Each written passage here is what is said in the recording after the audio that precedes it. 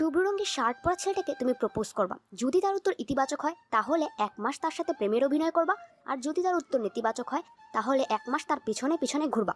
Senior আপু ভাইয়াদের কথা শুনে হতভম্ব হয়ে যায় আমি। বাম পাশে তাকিয়ে দেখি শুভ্র রঙের শার্ট পরিহিত একটা ছেলে পিছন ফিরে দাঁড়িয়ে আছে, কানে ফোন, হয়তো কারোর সাথে কথা বলছে ফোনে।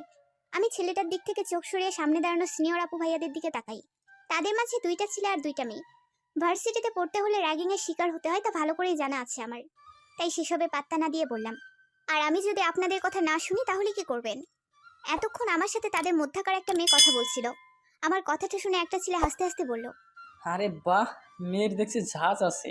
ইতি, তুই বরং লিটল সিস্টারকে এত সহজ কাজ না দিয়ে অন্য কিছু দিতে পারিস। সহজ কাজ তার পছন্দ না। বুঝলাম মেয়েটার নাম ইতি। মেয়েটা আমার দিকে আরো এক ধাপ এগিয়ে এসে বলল, ঠিক আছে, তাহলে তুমি অন্য কাজ করতে পারো। আমাদের 4 জনের যত অ্যাসাইনমেন্ট আছে সবগুলো তুমি করে দিবে। আমাদের সাথে আরও 2-1 জন আছে, তাদের সহ সবারটা তুমি সলভ করে দিবে। তাদের কথায় মাথায় যেন আকাশ ভেঙে পড়লো আমার। এতজনের অ্যাসাইনমেন্ট আমি সলভ করব কিভাবে? আপনাদের অ্যাসাইনমেন্ট আমি কিভাবে করব? আজব, আমার কি পড়ালেখা নাই নাকি? তাহলে গিয়ে ইমাদকে প্রপোজ করো। তাদের কথায় রেগে গিয়ে বললাম, আমি যদি আপনাদের একটা কথাও না শুনি তাহলে কি করবেন? যে মেয়েটা এতক্ষণ চুপ ছিল সে ফিচেল হেসে বলল, তোমার ভার্সিটি লাইফকে কিভাবে হেল্প করতে হয় সেটাও আমাদের জানা আছে। প্রিন্সিপাল স্যারের কাছে গিয়ে বলবো একজন জুনিয়র হয়ে তুমি সিনিয়রদের সাথে বেয়াদবি করছো। দেখে তো মিডিল ক্লাস শ্রেণীর মেয়েদের মতো মনে হচ্ছে। এত ঝামেলা সামলাবে কিভাবে? তাদের এরূপ কথায় বুক কেঁপে ওঠে আমার। ভার্সিটিতে আসার আগে পই পই করে আসা বলে দিয়েছে সিনিয়রদের সাথে যেন টক্কর দিতে না চাই। শান্তশিষ্টভাবে ভার্সিটি লাইফ কাটানোর জন্য 1 মাস কষ্ট করার সিদ্ধান্ত নিলাম। এতজন মানুষের অ্যাসাইনমেন্ট করতে গেলে আমি নিজে পড়ালেখা করতে পারবো না, তাই তাদের প্রথম অপশনটাকে বেছে নিলাম। কিছুক্ষণ চুপ থেকে মিনমিন স্বরে বললাম, ঠিক আছে, আমি আপনাদের প্রথম অপশনটাকে বেছে নিলাম। ওই যে ইমাদ এখনো ওখানেই আছে, যাও গিয়ে প্রপোজ করো।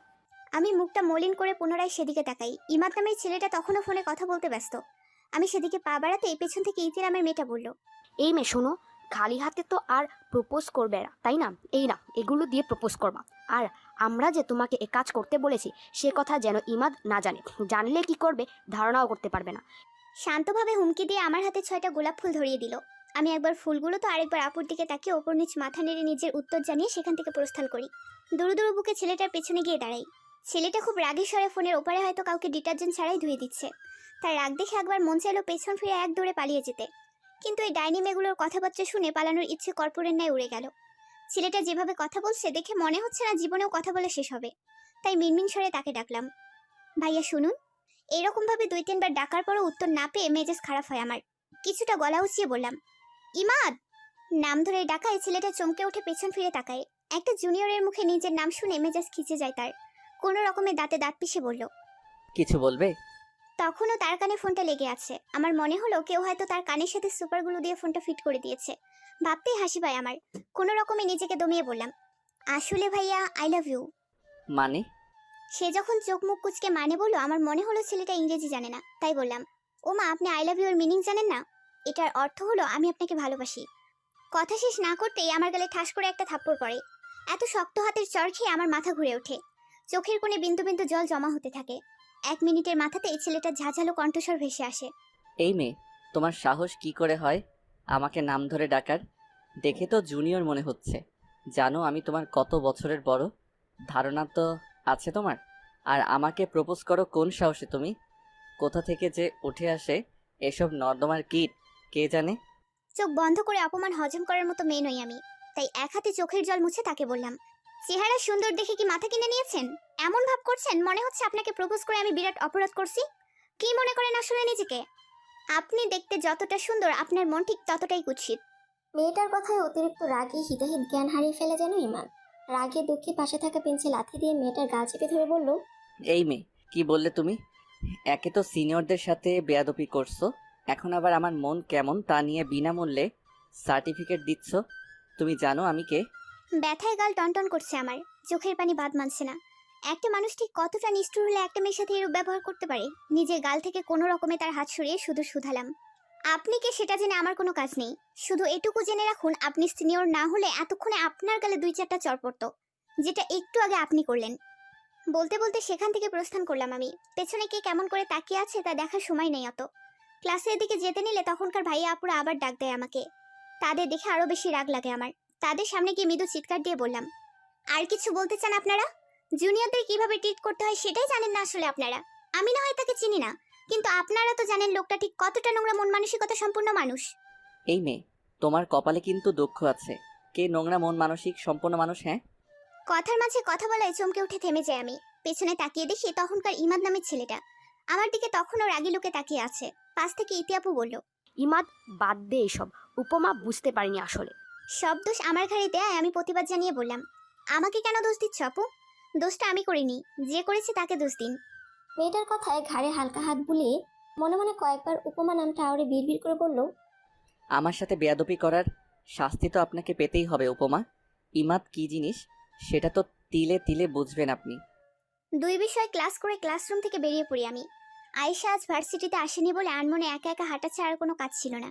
আজ দুজনের একসাথে পুরো ভার্সিটি ঘোরার কথা ছিল, কিন্তু হঠাৎ আয়েশা অসুস্থ হয়ে পড়ায় আর আসতে পারেনি। নিজে তো আসেনি, বরং আমাকে জোর করে পাঠালো। তার উপর এত ঝামেলা হলো ভেবে বিরক্তির নিঃশ্বাস ফেলে বাড়ি যাওয়ার উদ্দেশ্যে ভার্সিটি থেকে বের হতে নিলেই সামনে এসে দাঁড়ায় তখনকার সিনিয়র আপু ভাইয়ারা। তাদের মাঝে বাড়তি একজন আছে, সে হলো স্বয়ং ইমাদ ভাই। তাদের দেখে বিরক্তিতে নাক মুখ কুঁচকে ফেলি আমি। কোনো কথা না বলে চুপ করে অপেক্ষা করি তাদের কিছু বলার। অবশেষে অপেক্ষার প্রহর শেষ করে ইমাদ ভাই বলল, কোথায় যাওয়া হচ্ছে মিস উপমা? তার প্রশ্নে নাক মুখ কুঁচকে বললাম, আমি যেখানেই যাই না কেন আপনাকে নিশ্চয়ই কৈফিয়ত দিব না, তাই না সিনিয়র ভাইয়া? শেষের কথাটা অনেকটা নাটকীয় ভঙ্গিতে বলায় সে কপাল কুঁচকে বলল, ভার্সিটি ছুটি না হতেই তুমি চলে যাচ্ছ আর বলছো আমাদের কৈফিয়ত দিবে না? আরো অনেকেই তো আছে, কই তাদেরকে তো গিয়ে জিজ্ঞেস করছে না কেন চলে যাচ্ছে? আমার পেছনে পড়ে আছেন কেন? তোমার কি মনে হয় আবরার ইমাদ তোমার পেছনে পেছনে ঘুরবে? দিবা স্বপ্ন দেখো নাকি? তার কথা শেষ হতে না হতেই হাসির রোল পড়ে যায় তাদের মাঝে। আমি বুকে দুই হাত গুজে বললাম, পেছন পেছন না ঘুরলে সামনে থেকে সরুন, আমি বাড়ি যাব। তুমি না একটু আগে প্রপোজ করছো আমাকে? ধরো এখন তোমার প্রপোজাল আমি অ্যাকসেপ্ট করলাম, তাহলে অ্যাজ এ গার্লফ্রেন্ড হিসেবে তোমার উচিত আমার সাথে ডেটে যাওয়া। ইমাদ ভাইয়ার কথা শুনে চোখ বড় বড় করে তার দিকে তাকাই আমি। উনি আমাকে নাচানোর জন্য প্রপোজাল অ্যাকসেপ্ট করেছে এতটুকু বুঝতে পারছি, তাই দাঁতে দাঁত চেপে বললাম, আমার তো আর খেয়ে দিয়ে আর কোনো কাজ নেই, তাই না? আমি কি না ডেটে যাব আপনার মতো একজন মানুষের সাথে? ব্যাপারটা হাস্যকর। চারদিক থেকে অনেকে আমাদের দিকে তাকিয়ে আছে, কিন্তু কেউ কিছু বলার হয়তো সাহস পাচ্ছে না। ফ্রিতে বিনোদন নিচ্ছে সবাই। ইমাদ ভাইয়া বুকে হাত গুজে আমার দিকে হালকা ঝুঁকে বলল, তুমি আমাকে প্রপোজ করছো, এটা ভার্সিটির সবাই দেখেছে। এখন সবাইকে সাক্ষী রেখে আমি তোমার প্রপোজাল অ্যাকসেপ্ট করলাম। নাও, এখন চুপচাপ সামলাবে নাকি চেঁচিয়ে বাংলা সিনেমার মতো নাটক করবে? একটু থেমে ইমাদ ভাইয়া সবার দিকে তাকিয়ে আমার হাতের কবজি ধরে বলল, আজ থেকে উপমা আমার গার্লফ্রেন্ড। তার সাথে কথা বলার আগে প্রতিটা ছেলে 10 বার ভাববে। কেউ খারাপ নজরে তাকালে তার চোখ উপড়ে ফেলবো। আমাকে সবাই যতটুকু সম্মান করো, আজ থেকে উপমাকেও ঠিক ততটাই সম্মান করবে। মনে থাকে যেন সবার। মনে রাখবে, সে আবরাব ইমাদের গার্লফ্রেন্ড। ইমাদ ভাইয়ার কথায় ভীষণ অবাক হই আমি, সাথে মনে মনে ফুঁসে উঠি। নিজের ওপরে এখন রাগ লাগছে। কেন এই মেয়েগুলোর খপ্পরে পড়ে ওই ছেলেকে যে প্রপোজ করতে গেলাম এখন হাড়ে হাড়ে টের পাচ্ছি। ইমাদ ভাই কথাটা শেষ করে আমার হাত সেভাবে চেপে রেখে গেটের বাইরে আসে। বাইরে এসে উনি আমার হাত ছেড়ে দিলে আমি সেখানে এক হাত চেপে ধরে বললাম, কি নাটক শুরু করেছেন আপনি এসব? নাটক কে শুরু করছে, আমি নাকি তুমি? আমি মোটেও কিছু শুরু করিনি, বরং আপনি এসবকে টেনে হিচড়ে বড় করছেন। আমি টেনে হিচড়ে বড় করছি না বলতে পারো, তুমি নাটক শুরু করছো। এখন আমি নাটকের উপসংহার লিখব। কি বলতে চাইছেন আপনি? কিছু না, আপাতত এতটুকু মনে রাখো, তুমি আমার গার্লফ্রেন্ড। আপনি কিন্তু বেশি বেশি করছেন। আমি আপনাকে ইচ্ছে করে প্রপোজ করিনি। আই নো সুইটি, এখন আমরা ডেটে যাব। আমি কোথাও যাব না বলে এক প্রকার দৌড়ে এখান থেকে পালিয়ে আসি। একটু দূরে এসে একটা রিক্সা নিয়ে বাড়ির পথে রওনা হই। বাড়িতে পৌঁছেই ধপ করে বিছানায় শুয়ে পড়ি আমি। পাশেই শুয়ে মোবাইল ঘাঁটছিল আয়েশা। আমাকে এভাবে শুয়ে পড়তে দেখে বলল, কি রে অপু, কি হয়েছে তোর? আমি নিশ্চুপ থেকে বুঝিয়ে দিলাম এখন কথা বলতে ইচ্ছে করছে না আমার। মেয়েটা আমাকে খুব বুঝে, তাই তো আমার উত্তর না পেয়ে চুপটি করে বসে পড়ে আবারও মোবাইল ঘাঁটতে। সে জানে যখন আমার কথা বলার হবে তখন সে জিজ্ঞেস করা লাগবে না, আমি এমনিই তার সাথে সবকিছু শেয়ার করব। মিনিট 10 পরে আমি নিজে থেকে উঠে তাকে ভার্সিটিতে ঘটা সব ঘটনা একে একে বলতে শুরু করি। আমার থেকে সব শুনে সে বলল, যে ছেলেটা আগে প্রপোজ করেছিলি সে ছেলেটার নাম কি? আমি বিরক্তিতে চোখ মুখ কুঁচকে বললাম, আবরার ইমাদ না কি জানি নাম। সারাক্ষণ কানের কাছে ঘ্যান ঘ্যান করে বলে আবরার ইমাদ আবরার ইমাদ। আমার কথায় ফিক করে হেসে দেয় আয়েশা। হাসতে হাসতে বলল, ইমাদ ভাইয়া অনেক ভালো মানুষ, তোর সাথে এমন ব্যবহার কেন করেছে তার নিশ্চয়ই কারণ আছে। প্রচুর কারণ আছে। তুই বুঝিসনি আমি তাকে প্রপোজ করছি কারণে তার ডিমান্ড বেড়ে। এই 1 মিনিট, তুই ওই খচ্চরটাকে চিনিস কিভাবে? তুই তো এখনো একদিনও ভার্সিটি যাসনি, কাউকে চেনারও কথাও না তোর। তাহলে তুই ভুলে গেলি নাকি কার সাথে প্রেম করি আমি? তার কথায় কপাল কুঁচকে বললাম আমি। ভাইয়া তোকে কিছু বলেছে আমার ব্যাপারে? আরে না না, ইমন কেন তোর ব্যাপারে আমাকে কিছু বলতে যাবে? তাছাড়া ইমন এখনো জানি না তুইও আমার সাথে এই একই ভার্সিটিতে অ্যাডমিশন নিয়েছিস। তাহলে জানিস কিভাবে ওই ধান্দাবাজ ছেলেটা ভালো? ইমন সারাক্ষণ ইমান ভাইকে নিয়ে গল্প করে, তাই তাকে না দেখেও সে কেমন চোখ বন্ধ করে বলে দিতে পারি আমি। আর তাছাড়া তুই তার ফ্রেন্ড সার্কেলেরকে যেভাবে বর্ণনা দিয়েছিস তাতেই বুঝলাম কে হতে পারে। তার সব কথা বোধগম্য হতে আমি ভ্রুকুচকে বললাম, সব ছেলেরাই তার গার্লফ্রেন্ডের কাছে বন্ধুদের সুনাম করে। আয়শা ফের কিছু বলতে গেলে আমি তাকে থামিয়ে দিয়ে বললাম, বেশি জ্ঞান দিতে আসিস না আশু, মায়ের খাবি কিন্তু। মাঝ রাস্তায় একটা 8 বছরের বাচ্চাকে রাস্তায় ফেলে খুব মারছে দুইটা ছেলে। মেয়েটা তাদের মায়ের থেকে বাঁচার জন্য ছটফট করতে থাকে, চিৎকার করে কান্না করে বলছে সে ব্যথা পাচ্ছে, তাকে যেন আর না মারা হয়। তখন একটা 13 বছরের ছেলে ছুটে আসে, সেখান দিয়ে সে তার বাবা মায়ের সাথে হয়তো বাড়ি ফিরছিল। সে মাঝ রাস্তায় একটা মেয়েকে এভাবে মারতে দেখে ছুটে আসে সে। তাকে ছুটে আসতে দেখে তার বাবা মাও তার পেছন পেছন ছুটে আসে। যে ছেলেগুলো মেয়েটাকে মারছিল তারা মানুষ দেখে মেয়েটাকে সেখানে ফেলেই চলে যায়। মেয়েটা তখনও চিৎকার করে কাঁদছিল। ছেলেটা তাড়াহুড়ো করে সে মেয়েটার ছোট্ট মাথায় নিজের কোলের উপর নিয়ে মাথায় হাত বুলিয়ে দিতে দিতে বলল, এই পিচ্চু, তুমি ঠিক আছো? কিছু হবে না তোমার? ততক্ষণে ছেলেটার মা বাবাও সেখানে এসে দাঁড়ায়। মেয়েটার মাথা ফেটে রক্ত বেরোচ্ছিল দেখে তারা ভয় পেয়ে যায়। ছেলেটার বাবা তার কোল থেকে মেয়েটাকে নিয়ে হাসপাতালে নিয়ে যায়। হাসপাতালে নেওয়ার পথেই মেয়েটা জ্ঞান হারিয়ে ফেলে। 13 বছরের ছেলেটি মেয়েটাকে এই অবস্থায় রেখে কিছুতেই বাড়ি ফিরবে না। অগত্যই তার বাবা মা তাকে সহ হাসপাতালে থাকতে হলো। এক পর্যায়ে ছেলেটা কাঁদতে কাঁদতে মায়ের কোলে মাথা রেখে ঘুমিয়ে পড়ে। ঘুম থেকে উঠলে নিজেকে নিজের বাড়ির বেডরুমে আবিষ্কার করে। তড়িঘড়ি করে উঠে বের হয়ে যায় বাবা মাকে মেয়েটার কথা জিজ্ঞেস করলে তারা জানায় মেয়েটাকে নাকি তার বাবা মা এসে নিয়ে যায়। এতে ছেলেটা অকারণেই অনেক কষ্ট পায়। বাবা মায়ের উপর জমা হয় অদৃশ্য এক অভিমান। রাত তখন 2:30 বাজে। বারান্দায় বসে হাবিজাবি ভাবছিল ইমান। দেখতে দেখতে সেই ঘটনার আজ 12 বছর পূর্ণ হলো। আজও সেই মেয়েটাকে মনে মনে খুঁজে চলেছে সে। বাবা মায়ের সাথে সত্যি দূরত্ব সৃষ্টি হয়েছে, যা এখনও অব্যাহত আছে। ওই দূর আকাশের পানে তাকিয়ে ইমাদ বিড়বিড় করে বলল, আমরা তো একই আকাশের ছায়ায় আছি পিচ্চু, একই বাতাসে শ্বাস নিচ্ছি। তুমি কি আমাকে শুনতে পাচ্ছ পিচ্চু? তোমার কয়েক মিনিটের আগমন আমার জীবনটা এলোমেলো করে দেয়। আব্বু, মায়ের সাথে সৃষ্টি হয় দূরত্ব, যে দূরত্ব আমি চেয়েও গুছিয়ে নিতে পারিনি। এর জন্য কি তুমি দায়ী নও? কেন এসেছিলে ক্ষণিকের জন্য আমার জীবনে? তোমাকে আমি কখনো ক্ষমা করব না। ইমাদ ভাইয়ের ভয়ে 2 দিন ভার্সিটিতে যায়নি, এই 2 দিন আয়শাও যায়নি, তাই আজ এক প্রকার জোর করেই নিয়ে আসছে আমাকে। সেই ঘটনার পর 7 থেকে 8 দিন উচিত ছিল গর্তের ভেতর লুকিয়ে থাকার, কিন্তু আয়শার জন্য পারিনি। তার হবু বর ইমন ভাই অনেক রাগারাগি করছে কারণে অগত্যই আমাকে নিয়ে সে আজ বের হয়েছে। এতে আমি চরম বিরক্ত। তারপরও কোনো রকমের বিরক্তিভাব চেপে ভার্সিটি গেটের সামনে এসে উপস্থিত হই। আয়শা আশেপাশে তাকিয়ে ইমন ভাইয়াকে খুঁজতেছে। আমি যদিও তাকে চিনি না, তারপরও আশেপাশে চোখ বুলিয়ে দেখছি কাউকে পাই কিনা। এতক্ষণে তোমার আসার সময় হলো? সেই কখন থেকে খুঁজে চলেছি তোমাকে, কোনো খবর আছে? হঠাৎ ঝাঁঝালো কণ্ঠস্বর শুনে পাশে তাকিয়ে দেখে আয়শা একটা ছেলেকে শাসাচ্ছে। বুঝলাম এই বেচারাই তার হবু বর। ভাইয়া প্যান্টের পকেটে 2 হাত গুজে ভ্রু নাচিয়ে বলল, 3 দিন পর ভার্সিটি এসে আবার আমার উপর রাগ দেখাচ্ছ? তার কথা শুনে সে জিভে কামড় দিয়ে বলল, এই সরি সরি, রাগ করো না। আসলে তোমাকে খুঁজতেছিলাম সেই কখন থেকে। তুমি গেট দিয়ে যখন ঢুকছিলা তখনই তোমাকে দেখেছি আমি। এবার বলো কতক্ষণ থেকে খুঁজছো? ইমন ভাইয়ের কথায় আমি ফিক করে হেসে দেই। এতক্ষণে হয়তো উনি আমাকে খেয়াল করছে। আমার দিকে তাকিয়ে মনে করার ভঙ্গিতে বলল, তুমি নিশ্চয়ই উপমা, আয়েশার বোন, তাই না? আমি ওপর নিচ মাথা নাড়ালে উনি বলল, ভালোই করেছো, দুজনে একই ভার্সিটিতে ভর্তি হয়েছো।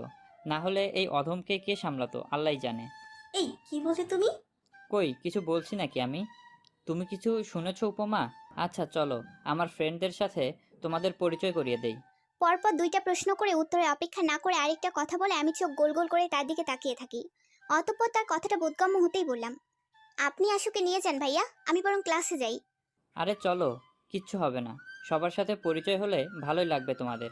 মূলত আমি যেতে চাইছি না ইমাদ ভাইয়া আর তার গ্যাংয়ের মুখোমুখি হওয়ার ভয়ে, কিন্তু ভাইয়া এত করে অনুরোধ করছে, তার উপর তার সাথে আমার নতুন পরিচয়, তাই না করব কিভাবে তাই ভাবছি। আয়েশার দিকে অসহায় লোকে তাকাতেই সে শুধালো, আরে তোমাকে তো ইন্টারেস্টিং ব্যাপারটা জানাতেই ভুলে গেছে। আমার হাত ধরে সামনে এগিয়ে যেতে যেতে আমার সাথে ভার্সিটির প্রথম দিন ঘটা কাহিনীগুলো খুঁটিয়ে খুঁটিয়ে ইমন ভাইয়াকে জানালো সে। সব শুনে ভাইয়া মুখে হাত দিয়ে বলল, ও মাই গড, ভাবি! তার কথা শুনে আমি চোখ বড় বড় করে তাকালে ভাইয়া হেসে বলল, ইমাদের পক্ষ থেকে আমি সবটাই শুনেছি। সে ইচ্ছা করে এমন ব্যবহার করেনি, বলতে পারো অন্যের রাগ তোমার উপর উঠাইছে। আসলে সে কিন্তু এমন ছেলে না। সে যেহেতু ইচ্ছে করে আমার সাথে খারাপ ব্যবহার করেনি, তাহলে তার উচিত ছিল আমাকে সরি বলার। উনি কি আমাকে সরি বলছে? তাহলে বুঝবো কিভাবে সে ভালো ছেলে? কে কাকে সরি বলবে শুনি? হঠাৎ এমন কথায় চমকে উঠি আমি। পেছন থেকে ইমাদ ভাই কথাটা বলছে, তার কথা শুনে পেছন ঘোরার ইচ্ছে হলো না আর। সামনে পা বাড়াতে নিলেই সে বলল, ক্লাস শেষ করে গেটের সামনে দাঁড়াবে, না দাঁড়ালে বাড়িতে গিয়ে উপস্থিত হব। কিন্তু গার্লফ্রেন্ড? তার কথায় থমকে দাঁড়াই আমি। পেছন ঘুরে একবার তার দিকে তাকিয়ে দেখি দুষ্ট হেসে সে আমার পানেই তাকিয়ে আছে। আমি আবার সামনের দিকে পা বাড়িয়ে মনে মনে আল্লাহর কাছে দোয়া করলাম, ইমাদ নামক প্যারা থেকে যেন তাড়াতাড়ি মুক্ত হই। ক্লাস শেষ করে সত্যি আমি গেটের সামনে এসে দাঁড়াই। আয়েশা ইমন ভাইয়ের সাথে আলাদা সময় কাটাতে গেছে। একে তো বাড়ি একা ফিরবো, তার উপর যদি সে সত্যি সত্যি বাড়ি গিয়ে উপস্থিত হয়, তাহলে কি করব আমি? তাই উপায় না পেয়ে অগত্যই দাঁড়াতে হলো। 2 মিনিটের মাথায় হঠাৎ কেউ শীষ বাজিয়ে উঠলে আমি চমকে উঠে তার দিকে তাকাই। ইমাদ ভাইয়া বাইকে বসে আছে। তাকে দেখে এগিয়ে গিয়ে তার সামনে দাঁড়াতেই সে বলল, দ্রুত উঠে পড়ো। কোথায়? আমার কথায় সে চিবিয়ে চিবিয়ে বলল, আমার মাথায়। বাইকে ওঠো ফাজিল। তার কথা আমার পছন্দ হয়নি, তাই তেরামি করে বললাম, পরপুরুষের বাইকে উঠি না আমি। ভুলে যাচ্ছ আমি কে হই তোমার? ভুলতেই তো চাই, কিন্তু আপনি তো ভুলতেই দিচ্ছেন না। আজব পাবলিক ভাই আপনি। তুমি কি বাইকে উঠবা নাকি কোলে করে উঠাবো? তার কথায় হা করে তাকিয়ে থাকি আমি। এই লোকটার মাথা পুরাই গেছে হয়তো। আমি একটা ফাঁকা ঢোক গিলে বললাম, সবাই কি ভাববে? সবাই অলরেডি জানে তুমি আমার গার্লফ্রেন্ড। এখন যদি আমি তোমাকে জড়িয়ে ধরে চুমুও খাই, তাও কেউ কিছু বলবে না। অতি বিস্ময়ে মাথায় যেন ঠাডা পড়ছে আমার। স্তব্ধ হয়ে সে জায়গাতেই দাঁড়িয়ে আছি। আমাকে এভাবে দাঁড়িয়ে থাকতে দেখে উনি বাঁকা হেসে বলল, চুপচাপ বাইকে উঠবা নাকি আরো কিছু শুনতে চাও? আমি কখনো বাইকে উঠিনি, ভয় করে আমার। ওঠো, ভালো করে বসলে কিছু হবে না। বলে কিভাবে উঠে বসতে হবে তা আমাকে শিখিয়ে দেয়। আমি আশেপাশে একবার অপ্রস্তুত দৃষ্টি ফেলে বাইকে উঠে বসলে সে বলল, নির্দিষ্ট দূরত্ব বজায় রেখে বসো, আর এক হাত আমার কাঁধে রাখো, যেন পড়ে না যাও। তবে হ্যাঁ, নির্দিষ্ট দূরত্ব রেখে তবেই। তার কথা শুনে ভেংচি কেটে আমি কিছুটা দূরত্ব বজায় রেখে তার কাঁধে হাত রাখি। ইমাদ বাইক টান দিয়ে মনে মনে বাঁকা হাসে। মেয়েটার সাথে গার্লফ্রেন্ড বয়ফ্রেন্ড খেলার তার কোনো ইচ্ছেই নেই। সে নিজের জীবনকে আরেকটা সুযোগ দিতে চায়। যে মেয়েটা তাকে দেখাওনি, তার জন্য এত কষ্ট পেয়ে তো কোনো লাভ নেই। আর যদি মেয়েটা তাকে চিনতো, তার সাথে পরিচয় থাকতো, তাহলে একটা কথা ছিল। এখন ইমাদের নিজেকেই নিজের কাছে যেন কেন জানি হাস্যকর লাগছে। অচেনা একটা মেয়ের জন্য নিজের জীবনের 12টা বছর নষ্ট করলো। ব্যাপারটা তার কাছে হাস্যকরই বটে। সে এখন ভাবছে নিজের মতো করে সবার সাথে মিলেমিশে চলবে। গত 2-3 দিন সে অনেক ভেবেছে, তার আগে উপমার একটা বিহিত করতে হবে। তাই তো তাকে নিয়ে বের হয়েছে এখন। নির্জন এক জায়গায় বাইক থামিয়ে নিজে হেলমেট খুলতে খুলতে ইমাদ বলল, নেমে পড়ো, এসে পড়েছি আমরা। এমন নির্জন একটা জায়গা দেখে আমার মনে ভীতি কাজ করছে। আমতা আমতা করে বললাম, এত জনমানব শূন্য একটা জায়গায় কি করতে আসছেন আপনি? প্রেম করার জন্য এমন একটা জায়গাই তো বেস্ট, সে তুমি বুঝবে না। তার কথা শুনে এক লাফে বাইক থেকে নেমে পড়ি আমি। আশেপাশে তাকাতে তাকাতে বলি, খবরদার উল্টাপাল্টা কথা বলবেন না বলে দিলাম। তার কথায় মুখ লুকিয়ে হাসি ইমাদ। কেন জানি মেয়েটাকে জ্বালিয়ে মজা পায় সে। অতঃপর উপমার দিকে তাকিয়ে কিছুটা গম্ভীর স্বরে বলল, তুমি বলছো সেদিন আমি ভুল করছি? তার কথা শুনে চোখ পাকিয়ে বললাম, অবশ্যই। কেন, আপনার মনে হচ্ছে না আপনি ভুল করছেন? আচ্ছা, আমি মেনে নিচ্ছি আমি ভুল করছি। যেহেতু আমি ভুল করছি, সেহেতু তুমি বলো কি করলে আমি ভুল শুধরে নিতে পারবো। তার কথা শুনে যেন আকাশে চাঁদ হাতে পেয়েছি। এমন ইগো নিয়ে চলাফেরা করা মানুষটাকে বললাম, ভুল যখন করেছেন সরি বলেন।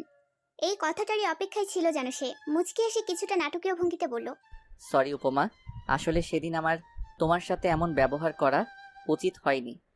তার মুখে সরি শুনে বিশ্ব জয় করার মতো একগাল হেসে দিলাম আমি। সে একটু থেমে বলল, সেদিন আমি ভুল করছি, আর তোমাকে সরিও বলছি। এখন কথা হলো গিয়ে, সেদিন তো একা আমি ভুল করিনি, তুমিও করছো। একজন সিনিয়র স্টুডেন্টকে নাম ধরে ডাকার মতো অপরাধ করছো। এখন আমার কি করার সেটা বলো। তার কথা ভেবে দেখলাম আসলে আমি সেদিন অপরাধ করেছি, তাই বলছি। আচ্ছা, আমি মেনে নিচ্ছি আমি ভুল করেছি। এখন কি করতে হবে বলুন ভুল শুধরে নেওয়ার জন্য? ইমাদ এবার বাইক থেকে নেমে শটান হয়ে দাঁড়িয়ে গম্ভীর স্বরে বলল, 100 বার কানে ধরে উঠবস করো।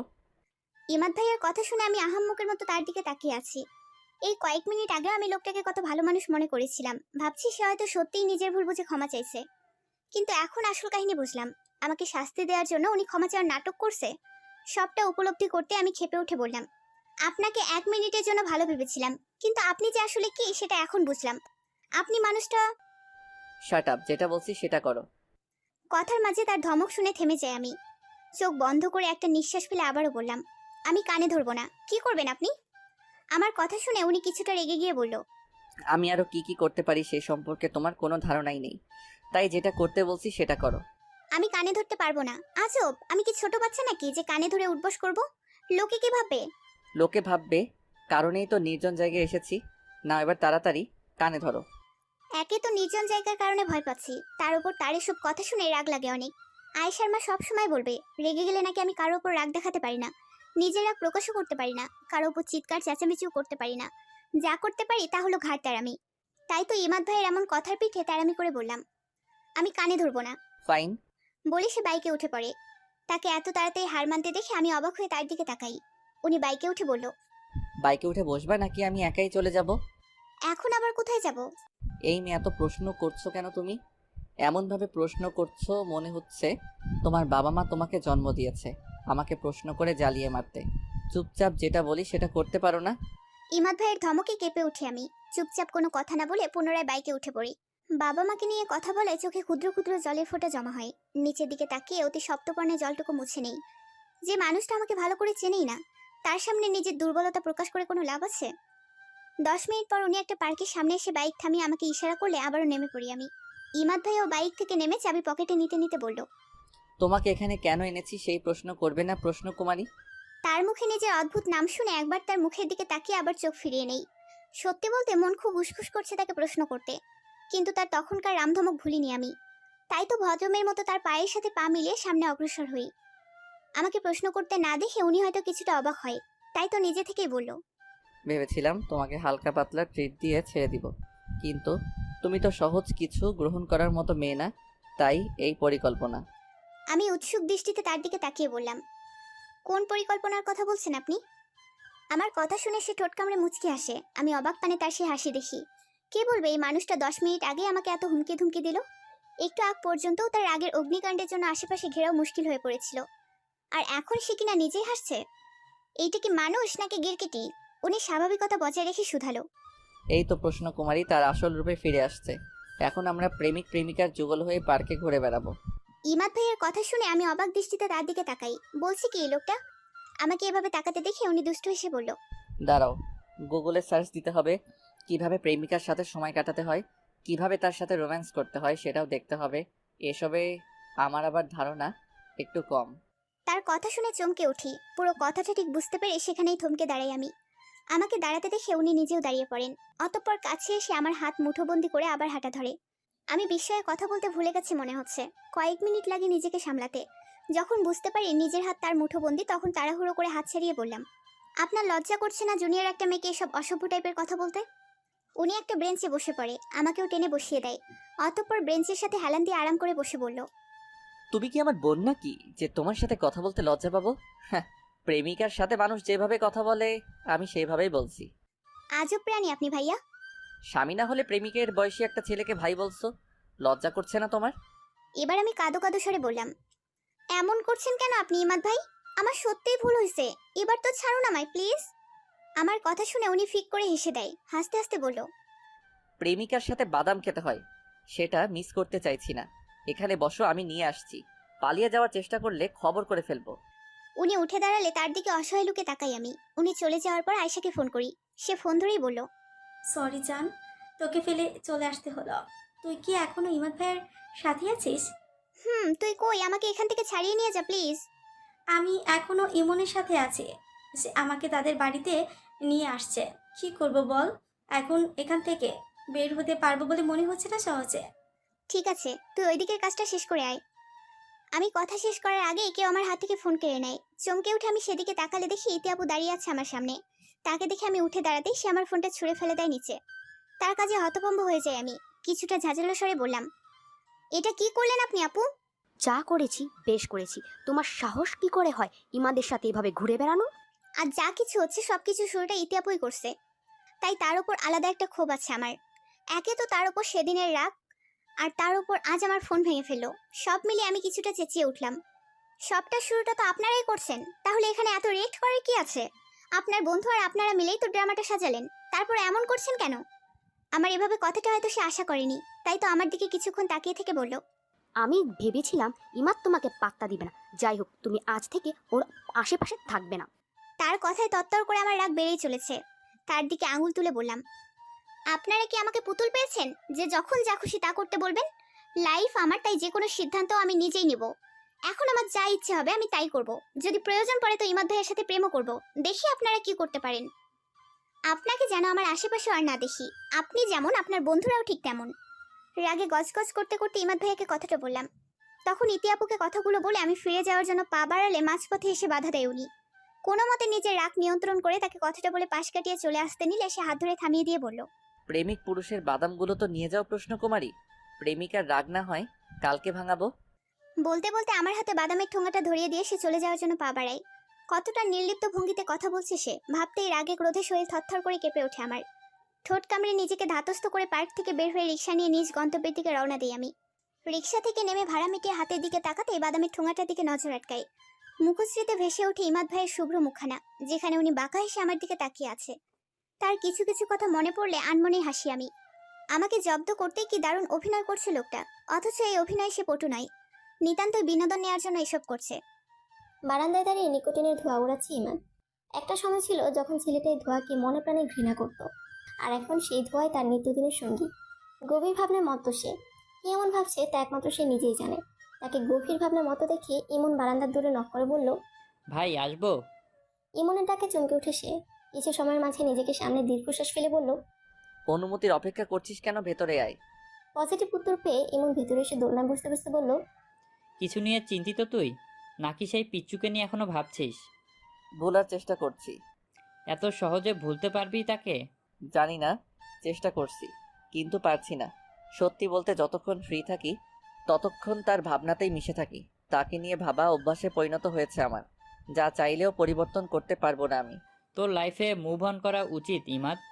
মরিচিকার পেছনে ঘুরছিস তুই। আচ্ছা, আমি কি চাইলে তাকে ফিরে পেতে পারি না ইমন? এটা কিভাবে সম্ভব ইমাদ? তুই নিজেও জানিস, তারপরও বোকার মতো কথা বলছিস কেন? তোর চাচা চাচি চাইলেই সম্ভব, কারণ পিচ্চুকে হাসপাতাল থেকে তার পরিবারের কেউই নিয়েছিল, আর তাদের সাথে তোর চাচা চাচির কথাও হয়েছে। শিওর না হয়ে তারা মেয়েটাকে ওনাদের কাছে দিবে না, এটা শিওর থাক। তাহলে তারা চাইলেই ওর পরিবারের মানুষের সাহায্যে ওর খবরাখবর নিতে পারে। আড়ালে দাঁড়িয়ে ছেলের সব কথাই শুনেছেন পারভিনারা। ছেলের তাদের উপর রাগ খুব সবটাই জানা তাদের। এত বছরও যে ছেলেটা ওই পিচ্চি মেয়েটাকে ভুলবে না সেটা ধারণার বাহিরে ছিল তাদের। একটা পিচ্চি মেয়ের জন্য ছেলের মাঝে দূরত্ব তিনি কিছুতেই মানতে পারছেন না। মনে মনে মেয়েটার জন্য পুষে রেখেছেন এক আকাশ সমান ক্ষোভ। তবে সেদিন ছেলে জেদের কাছে হার মেনে তার বাবা শিপন সাহেব ওই কপতের খোঁজ খবর নিয়েছিল, কিন্তু পুরো শহর খোঁজার পরেও তাদের পাওয়া যায়নি। হাসপাতালে সিসিটিভি থেকে তাদের ছবি কালেক্ট করে নিয়েছে, যা এখনো যত্ন করে রেখে দিয়েছেন পারভিনারা। সবকিছু ভেবে তিনি একটা দীর্ঘশ্বাস ফেলে আড়াল থেকে সরে যায়। ইমাদের কথা শুনে ইমন বলল, দেখ ইমাদ, সব কিছু এত সহজ না। আজ থেকে 12 বছর আগেরকার কাউকে কি তুই এখন খুঁজে পাবি? পিচ্চিটারও তো চেহারার আদল পরিবর্তন হয়েছে, তাই না? সবটা বুঝি আমি, কিন্তু আমার মন মানতে চায় না কেন এই বিষয়টা। আমি কেন এখনো তার অপেক্ষায় আছি? সব কিছু জেনে বুঝেও যে মানুষ অন্যকে কষ্ট দেয়, তাকে আমার ভাষায় কিছু বলা যায় না। এরপর একটু থেমে তার দিকে তাকিয়ে বলল, আগামীকাল আমরা আয়শাদের বাড়িতে যাব ভাবছি। তোর কি সময় হবে? কেন যাবি? বিয়ের ডেট ফিক্সড করতে নাকি? নির্বিকার চিত্তে জবাব দেয় ইমাদ। মনে হচ্ছে তার এসবে কোনো আগ্রহ নেই। ইমন ফোঁস করে একটা নিঃশ্বাস ফেলে বলল, না, বিয়ে তো আমার পড়াশোনা শেষ হলে তারপর। এখন তারা দাওয়াত করছে যাওয়ার জন্য, তাই তোর সময় হবে কি না সেটাই জিজ্ঞেস করেছি। মন মেজাজ খারাপ আছে, যাব না। এর মাঝে যদি মুড ঠিক হয় তাহলে যাব। আচ্ছা। সকাল সকাল পুরো ঘর পরিষ্কার করে আন্টিকে সাহায্য করছি আমি আর আয়শা। আজ তার হবু শ্বশুরবাড়ি থেকে মানুষ আসবে। যখন ওকে দেখতে এসেছিল তখন শুধু ইমন ভাইয়ের বাবা আর মা এসেছিল, কিন্তু আজকে তার চাচা চাচি সবাই আসবে, তাই সবাই একটু বেশি ব্যস্ত। এ বাড়িতে এসে সবাই দুপুরের খাবার খাবে, তারই আয়োজন করা হচ্ছে। আজান দিলে আন্টি আমাদের দুজনকে শাওয়ার নিয়ে রেডি হতে বলে। আমি আয়শাকে ঠেলে ঠুলে রেডি হতে পাঠিয়ে আন্টিকে বাকি কাজে সাহায্য করতে নিলে সে বলল, অনেক করেছিস উপু, এখন গিয়ে রেডি হয়ে নে। যাচ্ছি তো আন্টি। তুমি এমন ভাব করছো মনে হচ্ছে আমার শ্বশুরবাড়ি থেকে মানুষ আসছে। হ্যাঁ, ওই বাড়িতে তোকেও পাঠাবো। বলতে বলতে হেসে দেয় আন্টি। তার সাথে তাল মিলিয়ে আমিও কিছুক্ষণ হাসাহাসি করে রেডি হতে যাই। মনে মনে ভাবছি, ইমন ভাইয়ার চাচা চাচি আসলে তো নিশ্চয়ই রাক্ষসটাও আসবে। এই ছেলে আসলে জ্বালিয়ে মারবে আমাকে। এসব ভাবতে ভাবতে আয়শাকে শাড়ি পরিয়ে হালকা একটু সাজিয়ে নিজে রেডি হয়ে যাই। আমি শাওয়ার নিয়ে বের হতেই বাহির থেকে হট্টগোলে আওয়াজ শোনা যায়। আয়শার দিকে তাকালে সে বলল, ইমানটা আসছে। তো তুই বাহিরে যা। আমার লজ্জা করছে। ওরে আমার লজ্জাবতী নারী রে, সারাদিন তার সাথে হাঁটতে ঘুরতে লজ্জা করে না, এখন তার সামনে যেতে লজ্জা করছে। তুই বুঝতে চাইছিস না অপু? যেদিন তোর সময় আসবে ওই দিন বুঝবি এটার ফিলিংসটা আসলে কেমন। আমি ভেঙচি কেটে অন্যদিকে ফিরে ভাবতে থাকি, আসলে কি আমার এমন কোনো দিন আসবে? পরক্ষণেই আবার ভাবলাম, যার মা বাবা নাই তার জীবনে ভালো করা উপস্থিতি আদৌ হবে কিনা তা নিয়েই সন্দেহ। আমার ভাবনার মাঝে আন্টি এসে বলল, এই অপু, কি ভাবছিস তুই? আমি আয়েশাকে নিয়ে গেলাম, তুই 10 মিনিটের মাঝে রেডি হয়ে আসবি। মা, আমি উপমার সাথে একসাথে যাই। আরে না না, তুই আন্টির সাথে যা, আমি এক্ষুনি আসছি। তাড়াতাড়ি আসবি কিন্তু। আয়শা বেরিয়ে পড়লে আমি কোনো মতে চুল শুকিয়ে আছড়ে মাথায় ওড়না দিয়ে রুম থেকে বের হই। বের হতেই দেখি লিভিং রুমে 3জন মধ্যবয়স্ক পুরুষ, 2জন মহিলা, ইমন ভাইয়া আর ইমাদ ভাইয়া বসে। মধ্যবয়স্ক পুরুষের মধ্যে একজন আয়শার বাবা, আর 2জন হয়তো তার হবু শ্বশুর আর চাচা শ্বশুর। আমি আর চোখে একবার সেদিকে পর করে রান্নাঘরের দিকে এগিয়ে গেলাম। আন্টি আমার হাতে হালকা নাস্তা তাদের জন্য পাঠালে সেগুলো নিয়ে লিভিং রুমে আসলে একজন মহিলা বলল, এগুলো এখানে রেখে তুমি একটু আমার পাশে এসে বসো তো মা। তার কথায় সবার মনোযোগ আমার দিকে হেলে পড়লে আমার কিছুটা অস্বস্তি হয়। প্রকাশ না করে হালকা মুচকি এসে তার পাশে বসলে তিনি শুধালেন, ভাই সাহেব, আপনার এই কন্যাকে আমি আমার ইমাদের বউ করে নিতে চাইলে আপনার কোনো আপত্তি আছে? তার কথা চমকে উঠে বসার ঘরের সবাই, শুধু নির্বিকার থাকে ইমাদের বাবা শিপন সাহেব। ইমাদ তার মায়ের কথা হতভম্ব হয়ে যায়, তারপর নিজেকে সামলে উপমার দিকে তাকিয়ে। অন্যদিকে আমি তার কথা শুনে ঘোরের মাঝে চলে যাই। অতঃপর ঘোর কাটতেই দুজনেই সমস্বরে বলে উঠলাম, অসম্ভব, আমার আপত্তি আছে। অসম্ভব, আমার আপত্তি আছে। পারভিনারা জানতেন ইমাদ কখনো বিয়েতে রাজি হবে না, তারপরও তিনি কথাটা তুলেছিলেন ছেলের রিয়েকশন দেখার জন্য। কিন্তু উপমা নামের মেয়েটাও যে তার ছেলেকে বিয়ে করতে চাইবে না তা ওনার ধারণার বাইরে ছিল। মেয়েটার রিয়েকশন দেখে তিনি তার দিকে অবাক দৃষ্টিতে তাকিয়ে আছেন। তার মতে তার ছেলে কোনো অংশে কম নয় বিয়ে পাত্র হিসেবে। যে কোনো মেয়ে অনায়াসে নিজের ছেলেকে বিয়ে করার জন্য রাজি হয়ে যাওয়ার কথা, কিন্তু উপমার রিজেক্ট তাকে বারবার ভাবাচ্ছে। দুজনের বিয়ের কথা তোলায় সবাই যতটা অবাক হয়েছে তার চাইতেও বেশি চমকে গেছে দুজনের একই সাথে বিয়েতে অমত পোষণ করা দেখে। ইমাদ নিজেকে সামলে আবারও বসে পড়ে বলল, মম, বিয়ে আমার জীবনের অনেক বড় একটা সিদ্ধান্ত। চাইলেও হুট করে কোনো সিদ্ধান্ত নিতে পারবো না। তাই বলছি, এসব চিন্তা ভাবনা মাথা থেকে ঝেড়ে ফেলে দাও তুমি। যখন আমার বিয়ে করার সময় হবে তখন কাউকে বলতে হবে না। এখন যাদের বিয়ের আলাপ করতে আসছো তাদের নিয়েই কথা বলো। ইমাদ ভাইয়ের কথা শুনে আর চোখে তার দিকে তাকিয়ে স্বস্তির নিঃশ্বাস ফেলি আমি। দম বন্ধ করে একজন মানুষকে বিয়ে করার কথাটা ভাবলেও মেজাজ খারাপ হয় আমার। দাঁতে দাঁত পিষে কোনো রকমে উঠে পড়ি আমি। ততক্ষণে সেখান থেকে ইমাদ ভাই উঠে চলে গেছে। ইমাদ উপমা দুজনে দুদিকে উঠে যেতে পারভিনারা নিজেও উঠে পড়ে সেখান থেকে। ছোট চাকে বসিয়ে রেখে তিনি এগিয়ে যান আয়েশার মা আখি বেগমের কাছে। তিনি তখনও কিচেন রুমে খুঁটিনাটি কাজ করছিলেন। বাড়ির মেহমানকে কিচেন রুমে আসতে দেখে তিনি এগিয়ে গিয়ে ব্যস্ত স্বরে বলল, আরে বিয়েন, আপনি কষ্ট করে এদিকে আসতে গেলেন কেন? কিছু লাগলে আয়েশাকে বলতেন, সে এগিয়ে দিত। তার কথায় পারভিনারা অমায়িক হাসে। ভদ্রমহিলার আচরণ তার বেশ লাগে। তিনি বললেন, আরে ধুর, কষ্ট হবে কেন আমার? আমি আসলে আপনার সাথে একটু গল্প করতে আসছি। জি অবশ্যই, আপনি আসুন। বলতে বলতে উনি পারভিনারাকে নিয়ে ভেতরে একটা রুমে এগিয়ে যান। কুশলাদি বিনিময় শেষে পারভিনারা প্রশ্ন করলেন, উপমা কি আপনাদের মেয়ে? না মানে মেয়েটা অনেক মিষ্টি, তাই ভাবলাম ছেলের বউ করা যায় কিনা দেখি। এই প্রশ্নে আখি বেগম কিছুটা অপ্রস্তুত হয়ে পড়ে। ইতস্তত করে বলল, আমার ননদ পূর্ণা, আপার মেয়ে উপমা। আপনার ননদ এখন কোথায় আছে? তারা আরও 12 বছর আগেই মারা যায়, যদিও মৃত্যুটা স্বাভাবিক মৃত্যু ছিল না। তার কথা শুনে পারভিনারা ব্রুকোজকে চিন্তিত স্বরে বলল, কেন? আপনার কি মনে হয় তাদেরকে খুন করছে? ওনাদের কি এমন শত্রু থাকতে পারে যে দুজন মানুষকে হত্যা করবে? যদি উপমার বাবা মা খুন হয়ে থাকে তাহলে উপমা বেঁচে আছে কিভাবে? পারভিনারার এত প্রশ্নের কবলে পড়ে আরও সিটিয়েছে আখি বেগম। একে তো নতুন আত্মীয়, তার উপর এত কিছু শুনে যদি মেয়ের বিয়ে ভেঙে যায় তাহলে কি করবেন তিনি? সব ভেবে তিনি সিদ্ধান্ত নিলেন কিছু বলবে না সে পারভিনারাকে। ভদ্রমহিলা মনে হয় তার মনের কথা টের পেয়ে গেছে, তাই তো বলল, আপনি প্লিজ শান্ত হন। ভাববেন না উপমার কোনো কিছু আপনার মেয়ের উপর প্রভাব ফেলবে। আমি শুধু মেয়েটার উপর একটু ইন্টারেস্টেড, তাই আপনাকে এত প্রশ্ন করছি। তাছাড়া উপমাকে আমি আরও কয়েক মাস আগে থেকেই চিনি, তাই আপনি প্লিজ ভয় পাবেন না। আখি বেগম অবাক স্বরে বলল, আপনি উপমাকে কিভাবে চিনেন? আপনি প্লিজ আগে আমার প্রশ্নগুলোর উত্তর দিন। মনে মনে বিরক্ত হয় আখি বেগম। নতুন আত্মীয় কারণে তা চেপে গেল। পূর্ণা আপা প্রেম করে বিয়ে করছে, কারণে তার ভাই তাকে দূরে ঠেলে দেয়। যে ভাই ছোটবেলা থেকে বোনকে আদর যত্ন করে বড় করছে, সে বোনই দিন শেষে তার মতামত ছাড়া অন্যজনের হাত ধরায় বোনের উপর অভিমান করে আর যোগাযোগ রাখে না আমার স্বামী। পূর্ণা আপা বিয়ের পর অনেক কান্নাকাটি করে ভাইয়ের কাছে এসে, তার স্বামীও হাতে পায়ে ধরার পরও উনি ক্ষমা করতে পারেননি তাদেরকে। আপাকে খালি হাতেই ফিরতে হয়। তারপর বিয়ের 5 বছর পর্যন্ত আপা আমার স্বামীকে রোজ ফোন করে ক্ষমা চায়, কথা বলতে চায়, কিন্তু উনি নিশ্চুপ থেকে বোনের কথা শুনে, শোনার পর নিজের মতামত না জানিয়ে ফোন কেটে দিত। এভাবেই 5 বছর কেটে যায় তাদের বিয়ের। তারপর হুট করেই আপা হারিয়ে যায়, আর যোগাযোগ করতো না ওনার সাথে। মনে যতই রাগ পুষে রাখুক না কেন, একমাত্র আদরের বোনের ফোন না পেয়ে অস্থির হয়ে পড়ে উনি। চারদিকে খোঁজ খবর নিতে থাকে, কিন্তু বোনের কোনো খবর না পেলে কিছুটা ভেঙে পড়ে উনি। আঁখি বেগম থামতেই পারভিনার একটু অস্থির হয়ে প্রশ্ন করলো, তারপর খুঁজে পাইনি আপনার স্বামী তার বোনকে? একটু থেমে আঁখি বেগম আবার বলতে শুরু করে, পেয়েছে 6 বছর পর হঠাৎ করে একদিন পূর্ণা আপা ফোন করে আমার স্বামীকে। ওনার বোন তো বিয়ের পর 5 বছর আপনার স্বামীর কাছে ফোন করে কথা বলতো, তারপর 6 বছরের জন্য উনি হুট করে হারিয়ে গিয়ে আবার যোগাযোগ করেন। এই 11 বছরে কি আপনাদের সাথে পূর্ণা আপার দেখা হয়নি? আচ্ছা, এত বছর উনি কোথায় ছিল? আর এত বছর পর হঠাৎ আপনার স্বামীর সাথে যোগাযোগই বা কেন করছে?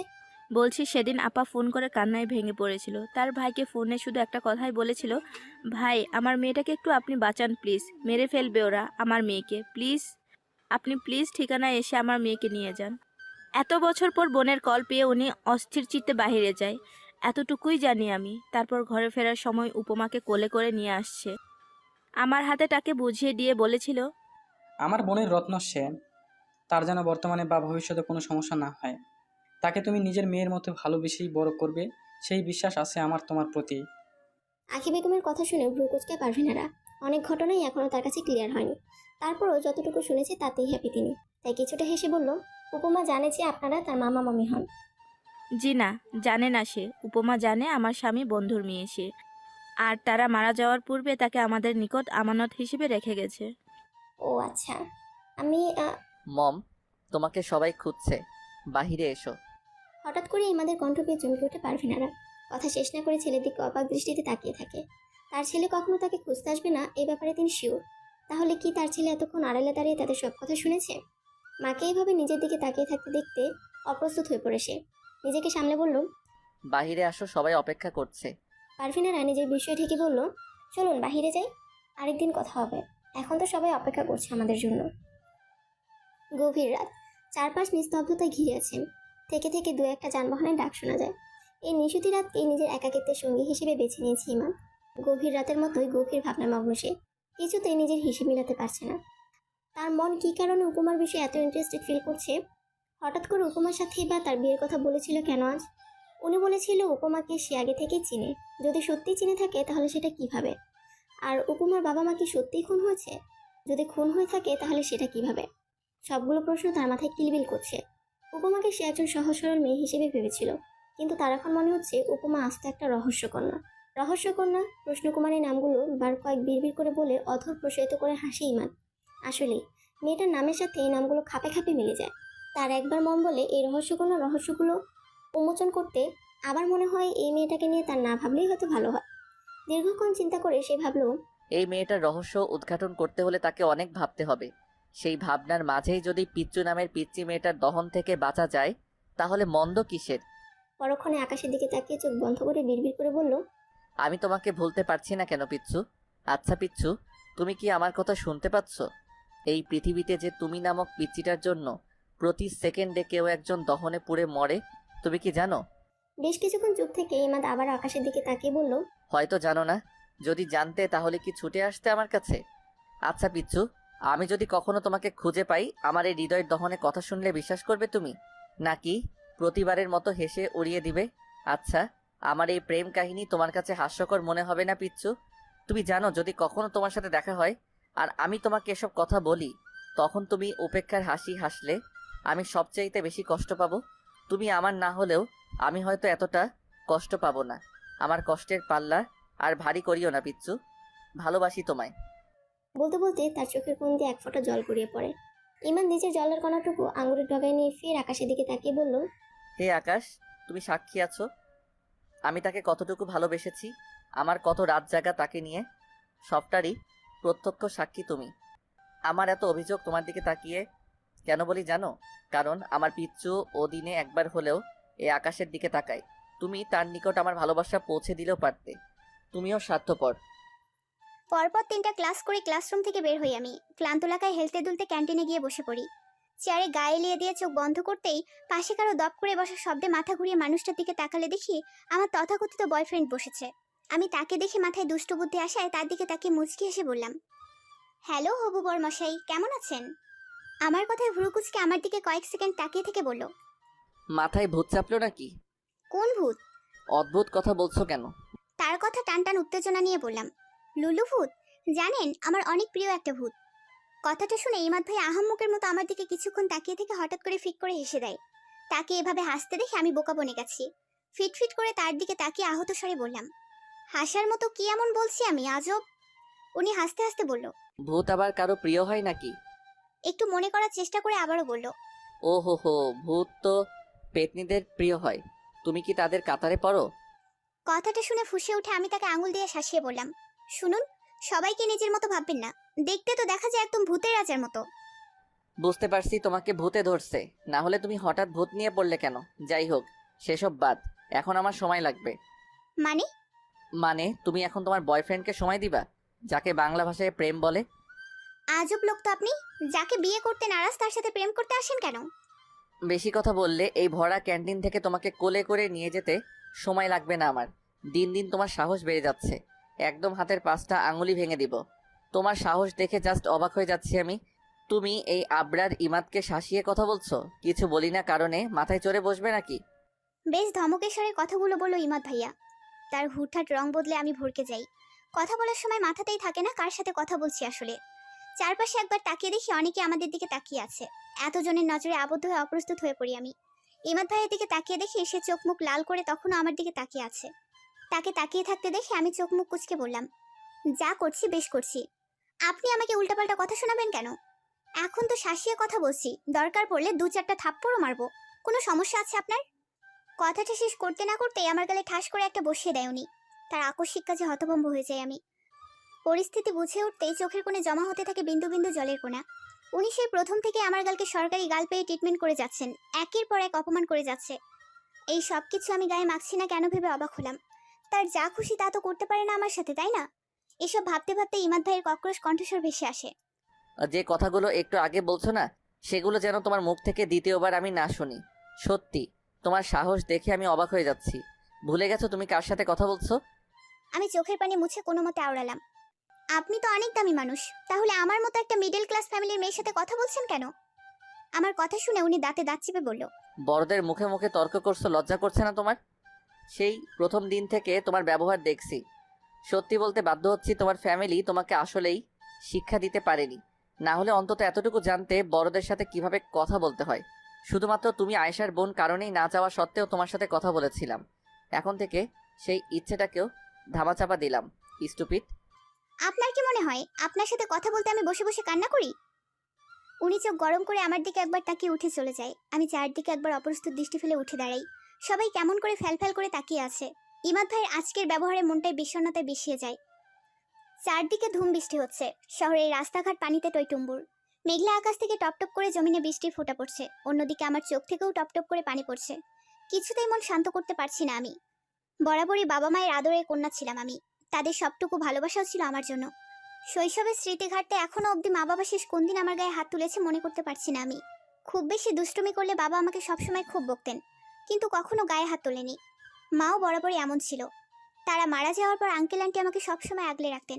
মারা তো দূরে থাক, কখনো বকাও দিত না। এদিকে ইমাদ ভাইয়ের সাথে মাত্র সেদিনের পরিচয়, অথচ সে আমাকে 2-2বার থাপ্পড় মেরেছে। ব্যাপারটা কোনো মতে আমি সহজে নিতে পারছি না। সে আমার সাথে যেমন হাসি ঠাট্টা ছলে কথা বলছিল, আমিও তার সাথে তেমনভাবেই কথা বলছিলাম। তাহলে আমার দোষটুকু এত গাঢ় করে ধরে আমাকে এতজনের সামনে অপমান করলো কেন? অবশ্যই সব দোষ আমারই। আমি কেন সেই লোকের সাথে নিজে থেকে কথা বলতে চাই সব সময়? এখন তার থেকে দূরত্ব বজায় রেখে চলবো প্রতিদিন, আর কখনো তার সাথে নিজে থেকে কথা বলতে যাব না। ইমনের সাথে বসে আছে ইমান, বরাবরই তার মেজাজ বিগড়ে আছে। ইমন নিচের দিকে তাকিয়ে এক মনে আয়েশার সাথে চ্যাটিং করছে, আর একটু পরপর ইমানকে পর্যবেক্ষণ করছে। তুই বুঝতে পারছিস, মেয়েটা আমার দিকে আঙুল তুলে শাসাচ্ছিল। আমাকে বলছে সে নাকি আমাকে 2-1টা থাপ্পড়ও দিতে পারে। এতে আমার সমস্যা আছে কিনা জিজ্ঞেস করছে। তার সাহস দেখছে দিন দিন চক্রবৃদ্ধি হারে বাড়ছে। বসে উঠে বলল ইমান। এই নিয়ে 6বার সে একই কথা বারবার বলছে। প্রথমে অবাক হলেও এখন যতবারই শুনছে সে কোনো রকমই হেলদু দেখাচ্ছে না। ড্যাম কেয়ার ভাব নিয়ে আয়েশার সাথে তখনও ভালোবাসার খুনসুটিতে মেতে আছে সে। একসময় ইমান তার দিকে তীক্ষ্ণ দৃষ্টিতে তাকালে সে বলল, তুই সেধে মেয়েটাকে ডিস্টার্ব করতে যাস কেন? প্রেমে পড়ে গেছিস নাকি তার? ইমনের কথায় তেলে বেগুনে জ্বলে ওঠে ইমান। কঠোর গলায় শুধালো, এমন একটা লো মেন্টালিটির মেয়ের প্রেমে পড়বো, আমার কি আর কোনো কাজ নেই? একজনকে নিয়ে ভেবেই কুল পাই না, আবার আসছে আরেকজনের প্রেমে পড়ার গল্প বানাতে। তাহলে বারবার তার সামনে গিয়ে বলছিস কেন? তোকে সময় দেওয়ার জন্য। ভেবেছিলাম আশেপাশে কোথাও ঘুরতে যাওয়ার নাম করে তার পরিবার সম্পর্কে কিছু কথা জিজ্ঞেস করব তাকে। হঠাৎ ওর পরিবার সম্পর্কে জানতে চাইছিস কেন তুই? বেশ কৌতূহলী স্বরে বলল ইমন। জিভ দিয়ে ঠোঁট ভিজিয়ে ইমাদ বলল, ওর বাবা মা 12 বছর আগে খুন হয়েছে। তার মা সম্পর্কে অনেক কিছু জানলেও উপমার বাবা সম্পর্কে কিছু জানি না। কে ছিল ওর বাবা, আর কেই বা খুন করেছে ওর বাবা মাকে, এসব ব্যাপারে একটু জানার ছিল। তোর কি মনে হয় 12 বছর পূর্বের কোনো ঘটনা উপমার মনে আছে? তাছাড়া উপমা তখন বেশ ছোটই ছিল। আমার মনে হয় না সে কিছু বলতে পারবে। ওর বাবা কে ছিল, তার নাম কি ছিল, এসব তো অন্তত বলতে পারবে, তাই না? কি জানি। ইমনের এমন উত্তর পেয়ে মনে মনে বিরক্ত হয় ইমান। আর সেই বিরক্তি প্রকাশ করতে পরপর উঠে দাঁড়িয়ে রুমের দিকে বাবার আসে। তাকে মাঝপথে থামিয়ে হঠাৎ ইমন বলে উঠল, একটা জিনিস খেয়াল করছিস ইমাদ? তোর জীবন থেকে 12 বছর একটা ছায়ার মতো লেগে আছে, ছাড়তেই চাইছে না তোকে। বলতে বলতে জোরে হেসে ওঠে ইমন। ইমান তার দিকে এক পলক তাকিয়ে দীর্ঘশ্বাস ফেলে রুমে চলে যায়। তোমার কেন এটা বিশ্বাস হচ্ছে না উপমা রাদীপ ভাইয়েরই মেয়ে? হঠাৎ উপমার নাম কানে আসায় থমকে দাঁড়ায় ইমান। তার মমের কণ্ঠস্বর ভেসে আসছে। নিশ্চয়ই তার ড্যাডের সাথে কথা বলছে। উপমার নাম শুনে কেন জানি নিজেকে আটকে রাখতে পারে না ইমান। আরেকটু এগিয়ে যায় ওনাদের রুমের দিকে, যেন কথা স্পষ্টভাবে শুনতে পারে। আরেকটু এগিয়ে যেতে শুনতে পায়, রাদিফের মেয়ে ওদের সাথেই মারা গেছে পারভিন। উল্টাপাল্টা কথা বলবেন না। সে মেয়ে যদি মরে না যেত এতদিনে তাকে আমার ছেলের সামনে হাজির করতাম। কিন্তু ওর চেহারার সাথে ফাইজাপার চেহারা অনেক মিলে যায়। এতটা মিল তো শুধুমাত্র মামের মাঝেই থাকে, তাই না? উল্টাপাল্টা চিন্তা মাথায় ঢুকিও না বলছি। ওরা রাফিদের পুরো পরিবারকে ধ্বংস করে দিয়েছে এবং তাদের মৃতদেহটুকুও খুঁজে পাওয়া যায়নি। ভুলে যাচ্ছ পুরো শহর খুঁজেছি তাদের আমরা। একদিনের ব্যবধানে তারা মরে হাওয়া হয়ে গেছে, তাই না? তাছাড়া আখি আপাত বলছে তার ননদ মারা যাওয়ার পূর্বে তার স্বামীর কাছে নিজের মেয়েকে দিয়ে গেছিল। আমার কি মনে হয় জানো, সেদিন ফাইজা আপা আর রাদীপ ভাই উপমাকে নিয়ে হাসপাতাল থেকে বের হয়ে ওনার ভাইয়ের কাছে দিয়ে দিয়েছিল। তারপর থেকেই তো তাদের কোনো খোঁজ খবর নাই। এসব ঘটনা কিন্তু 12 বছর পূর্বেরই। এ পর্যায়ে শিপন সাহেব ধমকে উঠে দাঁতে দাঁত চেপে বলল, ওরা নিজের মুখে বলছে রাফিদের পুরো পরিবারকে মেরে ফেলেছে ওরা, এবং সবার আগে রাফিদকে ভয় দেখানোর জন্য তার মেয়েকেই মারছে ওরা। এসব নিয়ে আর একটা কথা বললেও তোমার খবর আছে। অন্যের বিপদ নিজের ঘাড়ে টেনে নিয়ে নিজের বিপদ নিজে ডেকে আনবে না। পরপর মম ড্যাডের এসব কথায় মাথা ঘুরে ওঠার উপক্রম হয় ইমাদের। কোনো মতে সে হিসাব মেলাতে পারছে না। তাদের আর কথার অপেক্ষা না করে সেখান থেকে কেটে পড়ে ইমাদ। নিঃশ্বাস ভারী হয়ে আসছে তার। চোখ বুজে মনে মনে কয়েকবার আল্লাহকে ডেকে নেয়। তাদের কথা সারসংক্ষেপ কী হতে পারে ভাবলেই দম বন্ধ হয়ে আসে। একবার ভাবে এসব সত্য নয়, আবার ভাবে হতে কি। তাকে সব তথ্য বের করতে হবে। যদি উপমাই সে হয় তাহলে ইমাদ কখনো ছেড়ে দেওয়ার পাত্র নয়। ক্লাসরুমের এক কোনায় চুপচাপ বসে আছি আমি। আমার পাশে বসে বসে ভাষণ দিচ্ছে আয়শা। চোখ বন্ধ করে সেসবের গোগ্রাসে গিলছি আমি। কথা বলার বিন্দুমাত্র ইচ্ছাও করছে না কেন জানি। এক পর্যায়ে হতাশ হয়ে সে বলল, কি হয়েছে তোর? মন খারাপ কেন? ভালো লাগছে না। কেন? জানি না। এভাবে বলছিস কেন? চল আমরা বাইরে থেকে একটু ঘুরে আসি। না। তুই যাবি, তোর বাপও যাবে, চল। আয়েশার কথার সাথে না পেরে এক পর্যায়ে উঠে বাইরে পা বাড়াই। ইমনকে বলবো আমরা একটু ঘুরতে যাওয়ার কথা, বলে কিন্তু নিয়ে যাবে সে। দরকার নেই, কোথাও যেতে ইচ্ছে করছে না। ক্লাস থেকে বের হয়ে সিঁড়ি দিয়ে নামতে গেলে ইমাদ ভাইয়ের মুখোমুখি হই। তাকে এক পলক দেখে চোখ নামিয়ে নিয়ে পাশ কাটিয়ে নিচে নেমে যাই আমি। উপমাকে এভাবে চলে যেতে দেখে আপনা আপনি ভ্রুযুগল কুঁচকে যায় ইমাদের। সে কি সত্যি একটু বেশি রিয়েক্ট করে ফেলেছে? না হলে মেয়েটা তাকে এভাবে এড়িয়ে চলে গেল কেন? এসব ভেবে আপন মনে বিড়বিড় করতে করতে উপরের দিকে চলে যায় ইমাদ। ইমাদ ভাইয়ের মুখোমুখি হওয়াতে আমার মনটা আরো একটু বেশি খারাপ হয়ে যায়। মলিন মুখে আয়েশার পাশে হাঁটতে হাঁটতে বললাম, কোথায় যাচ্ছিস আশু? চল ওই গাছটার নিচে গিয়ে একটু বসে। দূরে একটা গাছকে ইশারা করে বলল সে। দুজনে মিলে সেখানে গিয়ে বসলে পাশে দেখি ইতিহাপু সহ তার দলবলেরা মিলে সেখানে বসে আড্ডা দিচ্ছে। তাদের দেখে আরো একটু গুটিয়ে গিয়ে নিচের দিকে তাকিয়ে বসে আছি আমি। আমাদের এসে বসতে দেখে হঠাৎ করে ইতিহাপু বলে উঠল, জানিস আকাশ, আজকাল ফার্স্ট ইয়ারের যে কি পরিমাণ চ্যাংরামে আছে তুই গুণে শেষ করতে পারবি না। সারাক্ষণ সিনিয়র ভাইদের পিছনে ঘুরঘুর করবে আর তাদেরকে পটিয়ে পার্কে পার্কে ঘুরবে। তার কথা শেষ হওয়ার সাথে সাথেই সেখানে হাসির রোল পড়ে যায়। চারদিক থেকে অনেকে আর চোখে তাকাচ্ছে এদিকে। কথাগুলো আমাকেই বলছে, বুঝতে অসুবিধা হয় না আমার। ঠোঁট কামড়ে নিচের দিকে তাকিয়ে থাকি আমি। ইচ্ছে করছে এখান থেকে উঠে যেতে, কিন্তু উঠে গেলে তারা মনে করবে কথাগুলো আমি গায়ে মাখছি কারণে উঠে গেছি। আয়শা আমার দিকে এক পলক তাকিয়ে বলল, অপু, ইমন আমাকে মেসেজ করেছে, বলেছে কোথাও ঘুরতে যাবে, যাবি তুই? আমি দুই দিকে মাথা নাড়িয়ে না বললাম। হয়তো উত্তরটা তার জানা ছিল, তাই তো মাথা কাত করে বলল, এরপর আর ক্লাসও হবে না, তুই তাহলে বাসায় চলে যা, আমি যাই। আমি কোনো রকমে ওপর নিচ মাথা নাড়িয়ে সাই দেই তার উত্তরে। উপমার বাবার নাম কি স্যার? আর উনি কে ছিলেন? কুশল বিনিময়ের পর হঠাৎ ইমাদের এমন প্রশ্নে থতমত খেয়ে যায় আয়শার বাবা ইমরোজ সাহেব। বিস্মিত নজরে সে ইমাদের দিকে তাকায়। ছেলেটা তার অফিস বয়ে এসে তার সাথে দেখা করতে চাইছিল কি এ সম্পর্ক জানার জন্য? তিনি আরও ভেবেছিলেন হয়তো আয়শার বিয়ের ব্যাপারে কোনো কথা বলতে আসছেন। ওনার ভাবনার মাঝে ইমাদ বলল, আপনার ধারণাই ঠিক স্যার, আমি উপমার সম্পর্কে জানাতেই আপনার অফিসে আসছি। ইমাদের কথা এবার ভরকে যায় তিনি। সামনের সুদর্শন ছেলেটার দিকে এক পলক তাকিয়ে চোখে চশমাটা ঠিক করে পড়ে, তার দিকে পূর্ণ দৃষ্টিতে তাকিয়ে বলল, তুমি হঠাৎ উপমার পরিবার সম্পর্কে জিজ্ঞেস করছো কেন? আমার প্রয়োজন আছে তাই স্যার। কি নির্বিকার চিত্তে জবাব দেয় ছেলেটা, যেন উত্তর তার সাজানোই ছিল। যদিও ছেলেটার কাটকাট জবাবে তার রাগ করার কথা, কিন্তু তিনি রাগ করতে পারে না। মনে মনে দারুণ একটা হাসি দেয় তিনি। অতঃপর গম্ভীর স্বরে বলল, উপমার মা ছেলেটাকে বিয়ে করার পর থেকে আমি ওদের সাথে আর যোগাযোগ রাখি নাই। যেহেতু উপমার বাবার সম্পর্কে তোমার প্রশ্ন, সেহেতু আমার মনে হয় পূর্ণা সম্পর্কে তুমি সবটা জানো। কি আজব একটা ব্যাপার তাই না স্যার? আপনি আপনার বোনকে এত ভালোবাসেন, অথচ বোন কোন ছেলেকে বিয়ে করলো, সেই ছেলে কেমন, সেসব সম্পর্কে কোনো কিছু জানেন না আপনি। এটা কি বিশ্বাসযোগ্য স্যার? ইমাদের কথায় নড়ে চড়ে বসে ইমরোজ সাহেব। ব্যাপারটা হাস্যকর হলেও সত্যি এটাই যে আসলেই তিনি উপমার বাবা সম্পর্কে কিছুই জানেন না। তার বাবা কি করতো বা তার পরিবার সম্পর্কেও কিছু জানেন না তিনি। এবার উনি ইমাদের দিকে তাকিয়ে আগের ন্যায় বলল, যে ছেলেটা আমার বোনকে ফুসলিয়ে এভাবে বিয়ে করলো, সে ছেলে সম্পর্কে জেনে আমি কি করব? ছেলেটার বউ কিন্তু আপনার আদরের বোন ছিল। কি বলতে চাইছো তুমি? এটাই যে আপনি উপমার বাবা সম্পর্কে কিছু জানেন না, সেটা আমার বিশ্বাস হচ্ছে না। তুমি কে যে তোমাকে বিশ্বাস লাগানোর জন্য আমি কথা বলবো? উপমার বাবার নাম কি ছিল সেটা তো অন্তত বলতে পারবেন তাই না? রাদীপ। রাদীপ ছিল সম্ভবত। রাদিফ নামটা শুনে ইমাদের চোখ দুটো চকচক করে ওঠে। ঠোঁটে দেখা দেয় তৃপ্তির হাসি। অনেক বড় কিছু খুঁজে পেয়েছে যেন এতটা খুশি হয়। যদিও সে এখনো পুরোপুরি শিওর না, তারপরও তার মন বলছে উপমাই তার পিচ্ছু, এবং শেষ পর্যন্ত তার পিচ্ছু তারই হবে। ভাবতেই চোখ ছলছল করে ওঠে তার। ইমরোজ সাহেব অবাক দৃষ্টিতে ইমাদের চেহারার পরিবর্তন লক্ষ্য করছিল। ছেলেটার হঠাৎ খুশি হওয়া, হঠাৎ কান্না করা কিছু মানে বুঝতে পারছিল না তিনি। তারপরও ইমাদ যেন নিজেকে সামনে নেয়, তাই তিনি কোনো কথা বাড়ায়নি। চুপচাপ তার মুখের দিকে তাকিয়ে আছেন। ইমাদ হঠাৎ পরিস্থিতি বুঝতে পেরে নিজেকে সামলে হালকা হেসে বলল, থ্যাংক ইউ স্যার, আমার জন্য এটুকু জবাবই যথেষ্ট। কিন্তু তুমি হঠাৎ উপমার বাবা সম্পর্কে জানতে চাইলে কেন, বললে না তো? ইমাদ ঠোঁট কামড়ে বলল, যাকে বিয়ে করব তার বাবা সম্পর্কে জানতে চাইবো না, তা কি করে হয় স্যার? ইমাদের কথায় চমকে ওঠে ইমরোজ সাহেব। যে ছেলেটা কিছুদিন আগে উপমাকে বিয়ে করবে শুনে যেভাবে রিজেক্ট করলো, তাতে তিনি নিজে অবাক হয়ে গিয়েছিল। আর সেই ছেলেই কিনা বলছে উপমাকে বিয়ে করবে। ব্যাপারটা তার ঠিক হজম হচ্ছে না। তিনি বিস্ফোরিত নয়নে তাকিয়ে আছে তখনই ইমাদের দিকে। ইমাদ মৃদু হেসে বলল, ডোন্ট প্যানিক স্যার, এত তাড়াহুড়ো করে বিয়ে করব না আমি। ইমাদ যখন তার পিচ্চুকে বিয়ে করবে তখন পুরো শহর দেখবে, জানবে।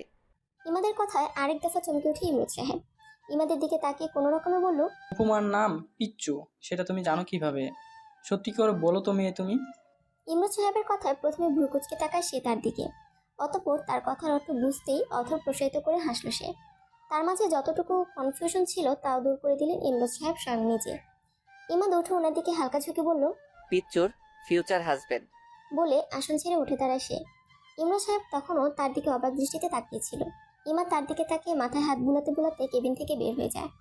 ইমরোজ সাহেবের হতভম্ব হওয়া মুখখানি চোখের সামনে ভাসতেই সে ফিক করে হেসে দেয়। যে হাসিটার মাঝে কোনো কৃত্রিমতা ছিল। মন খুলে হেসে যে কতগুলো দিন পর সে। সত্যি কি তার অপেক্ষার প্রহর শেষের পথে? সেদিনের ঘটনার পর উপমার সাথে তার যে দূরত্ব সৃষ্টি হয়েছে তা সহজে মিটে যাবে, নাকি এই দূরত্বই তাদের আলাদা করে দিবে? আলাদা হওয়ার কথা মাথায় আসতে দ্রুত মাথা নেড়ে না না করে বলল, না না, কখনো না, জীবনেও না। আমি তোমাকে যখন একবার আমার কাছে খুঁজে পেয়েছি, তখন আর জীবনেও তোমাকে দূরে যেতে দিব না পিচ্চু। তুমি আমাকে সহজে মেনে নাও বা না নাও, তোমার এই সো কল বয়ফ্রেন্ডই হবে তোমার জীবন সঙ্গী। আমার হওয়ার জন্য তৈরি হও পিচ্চু। খুব বেশি দেরি করবো না আমি তোমাকে আমার করতে। ছাদে দাঁড়িয়ে এক মনে আকাশের দিকে তাকিয়েছে ইমাদ। তার কিছুতেই বিশ্বাস হচ্ছে না তার পিচুকে সে খুঁজে পেয়েছে। সত্যিটা জানার পর থেকে উপমার সামনে যাওয়ার সাহস হয়নি তার। তার ভাবতে অবাক লাগছে যে মেয়েটাকে এতদিন সে জ্বালিয়ে মজা পেত, যে মেয়েটাকে রাগে এসে মজা পেত, এখন সে মেয়েটাই তার পিচ্ছু। সবকিছু ভেবে নিচের দিকে তাকিয়ে ঠোঁট কামড়ে হেসে ফেলে সে। ব্রো, আজকে তোকে খুশি খুশি লাগতেছে, কারণ কি? কারো প্রেমে টেমে পড়লি নাকি? হঠাৎ ইমনের কথায় চমকে উঠে সে। পেছন ফিরে দেখে ইমন ছাদের দরজার সাথে হেলান দিয়ে 2 হাত বুকে গুজে তার দিকে তাকিয়ে আছে। তাকে চমকে যেতে দেখে মিটিমিটি হাসতে থাকে সে। তাকে দেখে সোজা হয়ে দাঁড়ায় ইমাদ। ইমনের দিকে তাকিয়ে চোখ ছোট ছোট করে বলল, একটা গুড নিউজ আছে। অবশেষে তোর মুখ থেকে গুড নিউজের কথা বের হয়েছে। কি এমন গুড নিউজ দেখি, বলে ফেল। ছোট্ট একটা শ্বাস ফেলে ইমাদ তার জীবনের সবচেয়ে প্রিয় বাক্যটা বলল। পিচ্চুকে খুঁজে পেয়েছি। কি? বলে চিৎকার দিয়ে ইমাদের পাশে এসে দাঁড়ায় সে। তার হতভম্ব হওয়া মুখখানি দেখে মনে মনে হাসে ইমাদ। তাকে কথা বলার সুযোগ না দিয়ে আবারও সে বলল, কোথায় পেয়েছিস পিচ্চুকে? কিভাবে পেয়েছিস? মেয়েটা বেঁচে আছে এখনো? তুই জেনেছিস কিভাবে যে সেই মেয়েই পিচ্চু? ব্রো, তুই শিওর তো নাকি? ইমনের এত প্রশ্নের কবলে পড়ে কিছুটা ধমকের স্বরে সে বলল, বেঁচে আছে মানে? এটা কেমন প্রশ্ন? মরবে কেন পিচ্চু? না মানে এভাবে বললাম আর কি। তুই বল না কি হয়েছে। ইমাদ ছোট্ট একটা নিঃশ্বাস ফেলে কিভাবে উপমাদের বাসায় তার মমের সব কথা সে শুনে নিয়েছে, কিভাবে বাড়ির কথাগুলো শুনেছে, তারপর উপমার মামার সাথে দেখা হওয়ার পর কি কথা হয়েছে সবটা বলে। সবকিছু শুনে ইমন নেচে উঠে বলল, হুররে, তার মানে উপমাই পিচ্চু? আয়েশা আমাকে সবসময় বলতো তাদের দু বোনের যেন একই বাড়িতে বিয়ে হয়। এতদিনে আমার বউটার স্বপ্ন পূরণ হবে, ভাবতেই নাচতে ইচ্ছে করছে আমার। আয়েশাকে জানাতে হবে গুড নিউজটা। তুই আয়শাকে কিছুই বলবি না? যতদিন না পিচ্চুর পরিবারের সব রহস্য বের করতে পারছি ততদিন কেউ জানবে না উপমাই পিচ্চু। কেন? তাছাড়া কিসের রহস্যের কথা বলছিস তুই? ওর বাবা মাকে কেউ খুন করছে। এখন এটা বের করতে হবে তাদের খুন করছেটাকে। 12 বছর আগের খুনের কেসটা তুই কিভাবে লড়বি? কেস? হু, ঠিক কথা মনে করেছিস। আচ্ছা, 2টা মানুষ খুন হয়ে শহর থেকে গায়েব হয়ে গেল, আর রাদিফ আঙ্কেলের পরিবার এসব বিষয়ে মাথা পর্যন্ত ঘামায়নি। ব্যাপারটা কেমন জানি হয়ে যায় না?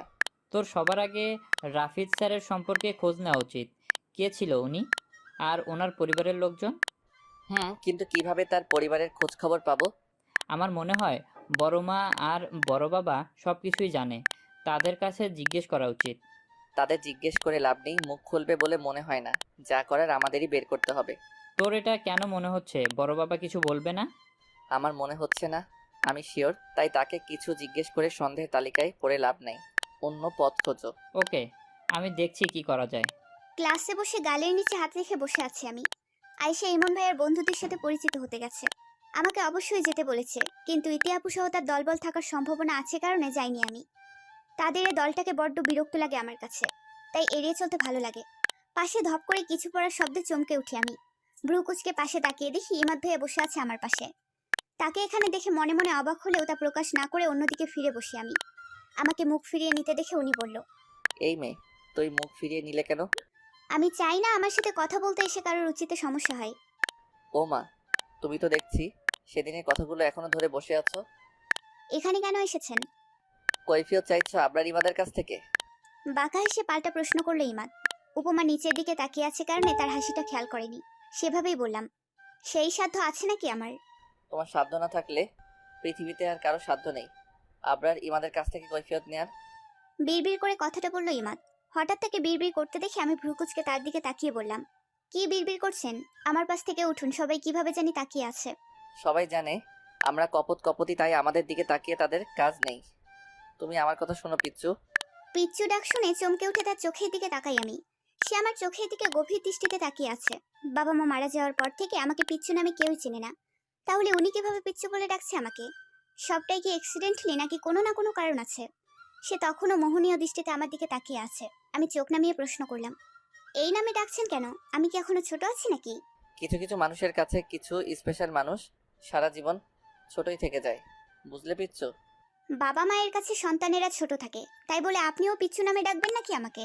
তোমার তো বাবা মা নেই, তাই তাদের ডাকার অভাবটা আমি পূরণ করে দিচ্ছি। যে কথাটা এখন বলছেন সেটা আর জীবনেও যেন আপনার মুখে না শুনি। আর আপনি আমাকে পিচ্চু নামেও ডাকবেন না।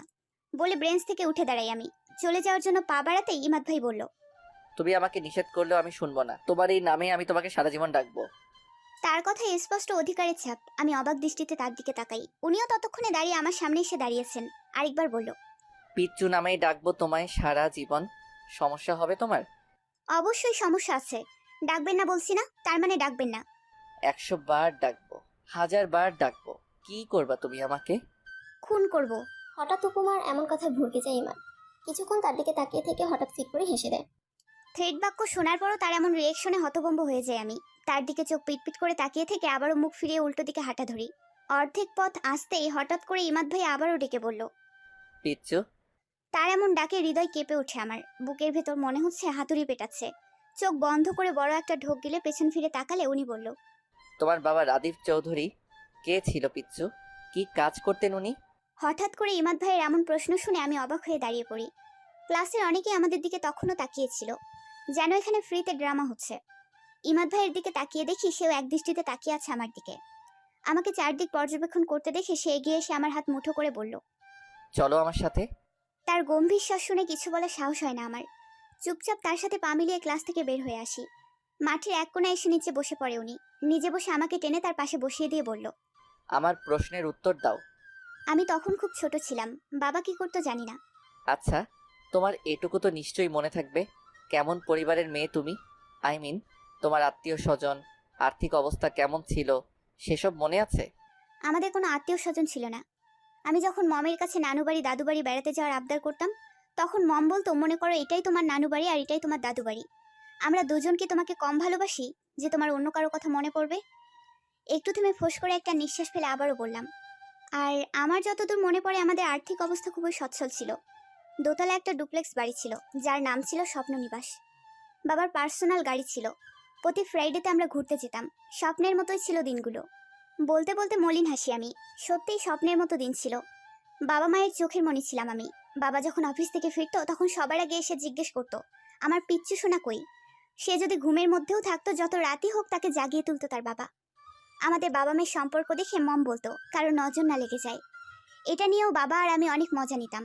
অন্যদিকে স্বপ্ননিবাস নাম শুনে মনে মনে চমকে ওঠে ইমান। পূর্ণ দৃষ্টিতে উপমার দিকে তাকিয়ে বলল, আজ থেকে 12 বছর পূর্বের কোনো ঘটনা তোমার মনে পড়ে? তোমাদের বাড়িতে তোমার বাবার কোনো বন্ধু বা কেউই আসতো না বুঝি? না, ব্যাপারটাতে অবাক হওয়ার কথা থাকলেও কিছু করার নেই। আমি খুব ছোটবেলা থেকেই দেখে আসছি, আমাদের বাড়িতে কখনো বাইরে কেউ আসতো না। বাড়িতে কয়েকজন সার্ভেন্ট ছিল, তাও তারা সবসময় আমাদের বাড়িতেই থাকতো। বাইরের মানুষ বলতে জীবনে কাউকে আসতে দেখিনি আমি। বাইরে থেকে যদি কেউ আসতো তাহলে সেটা হতো বাবা।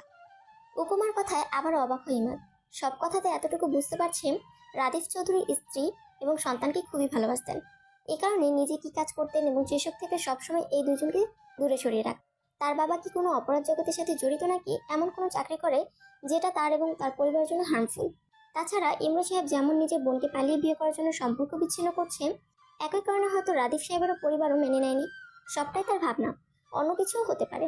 সবকিছু সমাধান হতো যদি জানা যেত রাদীপ সাহেব আসলে কি জব করতেন বা কি কাজের সাথে সে জড়িত। আচ্ছা, শেষ কখন তোমার তাদের সাথে দেখা হয়েছে? অনেক বছর আগে। বলেছিলেন না আপনি 12 বছর পূর্বের ঘটনা, তাদের সাথে আমার তখনই শেষ দেখা হয়েছে।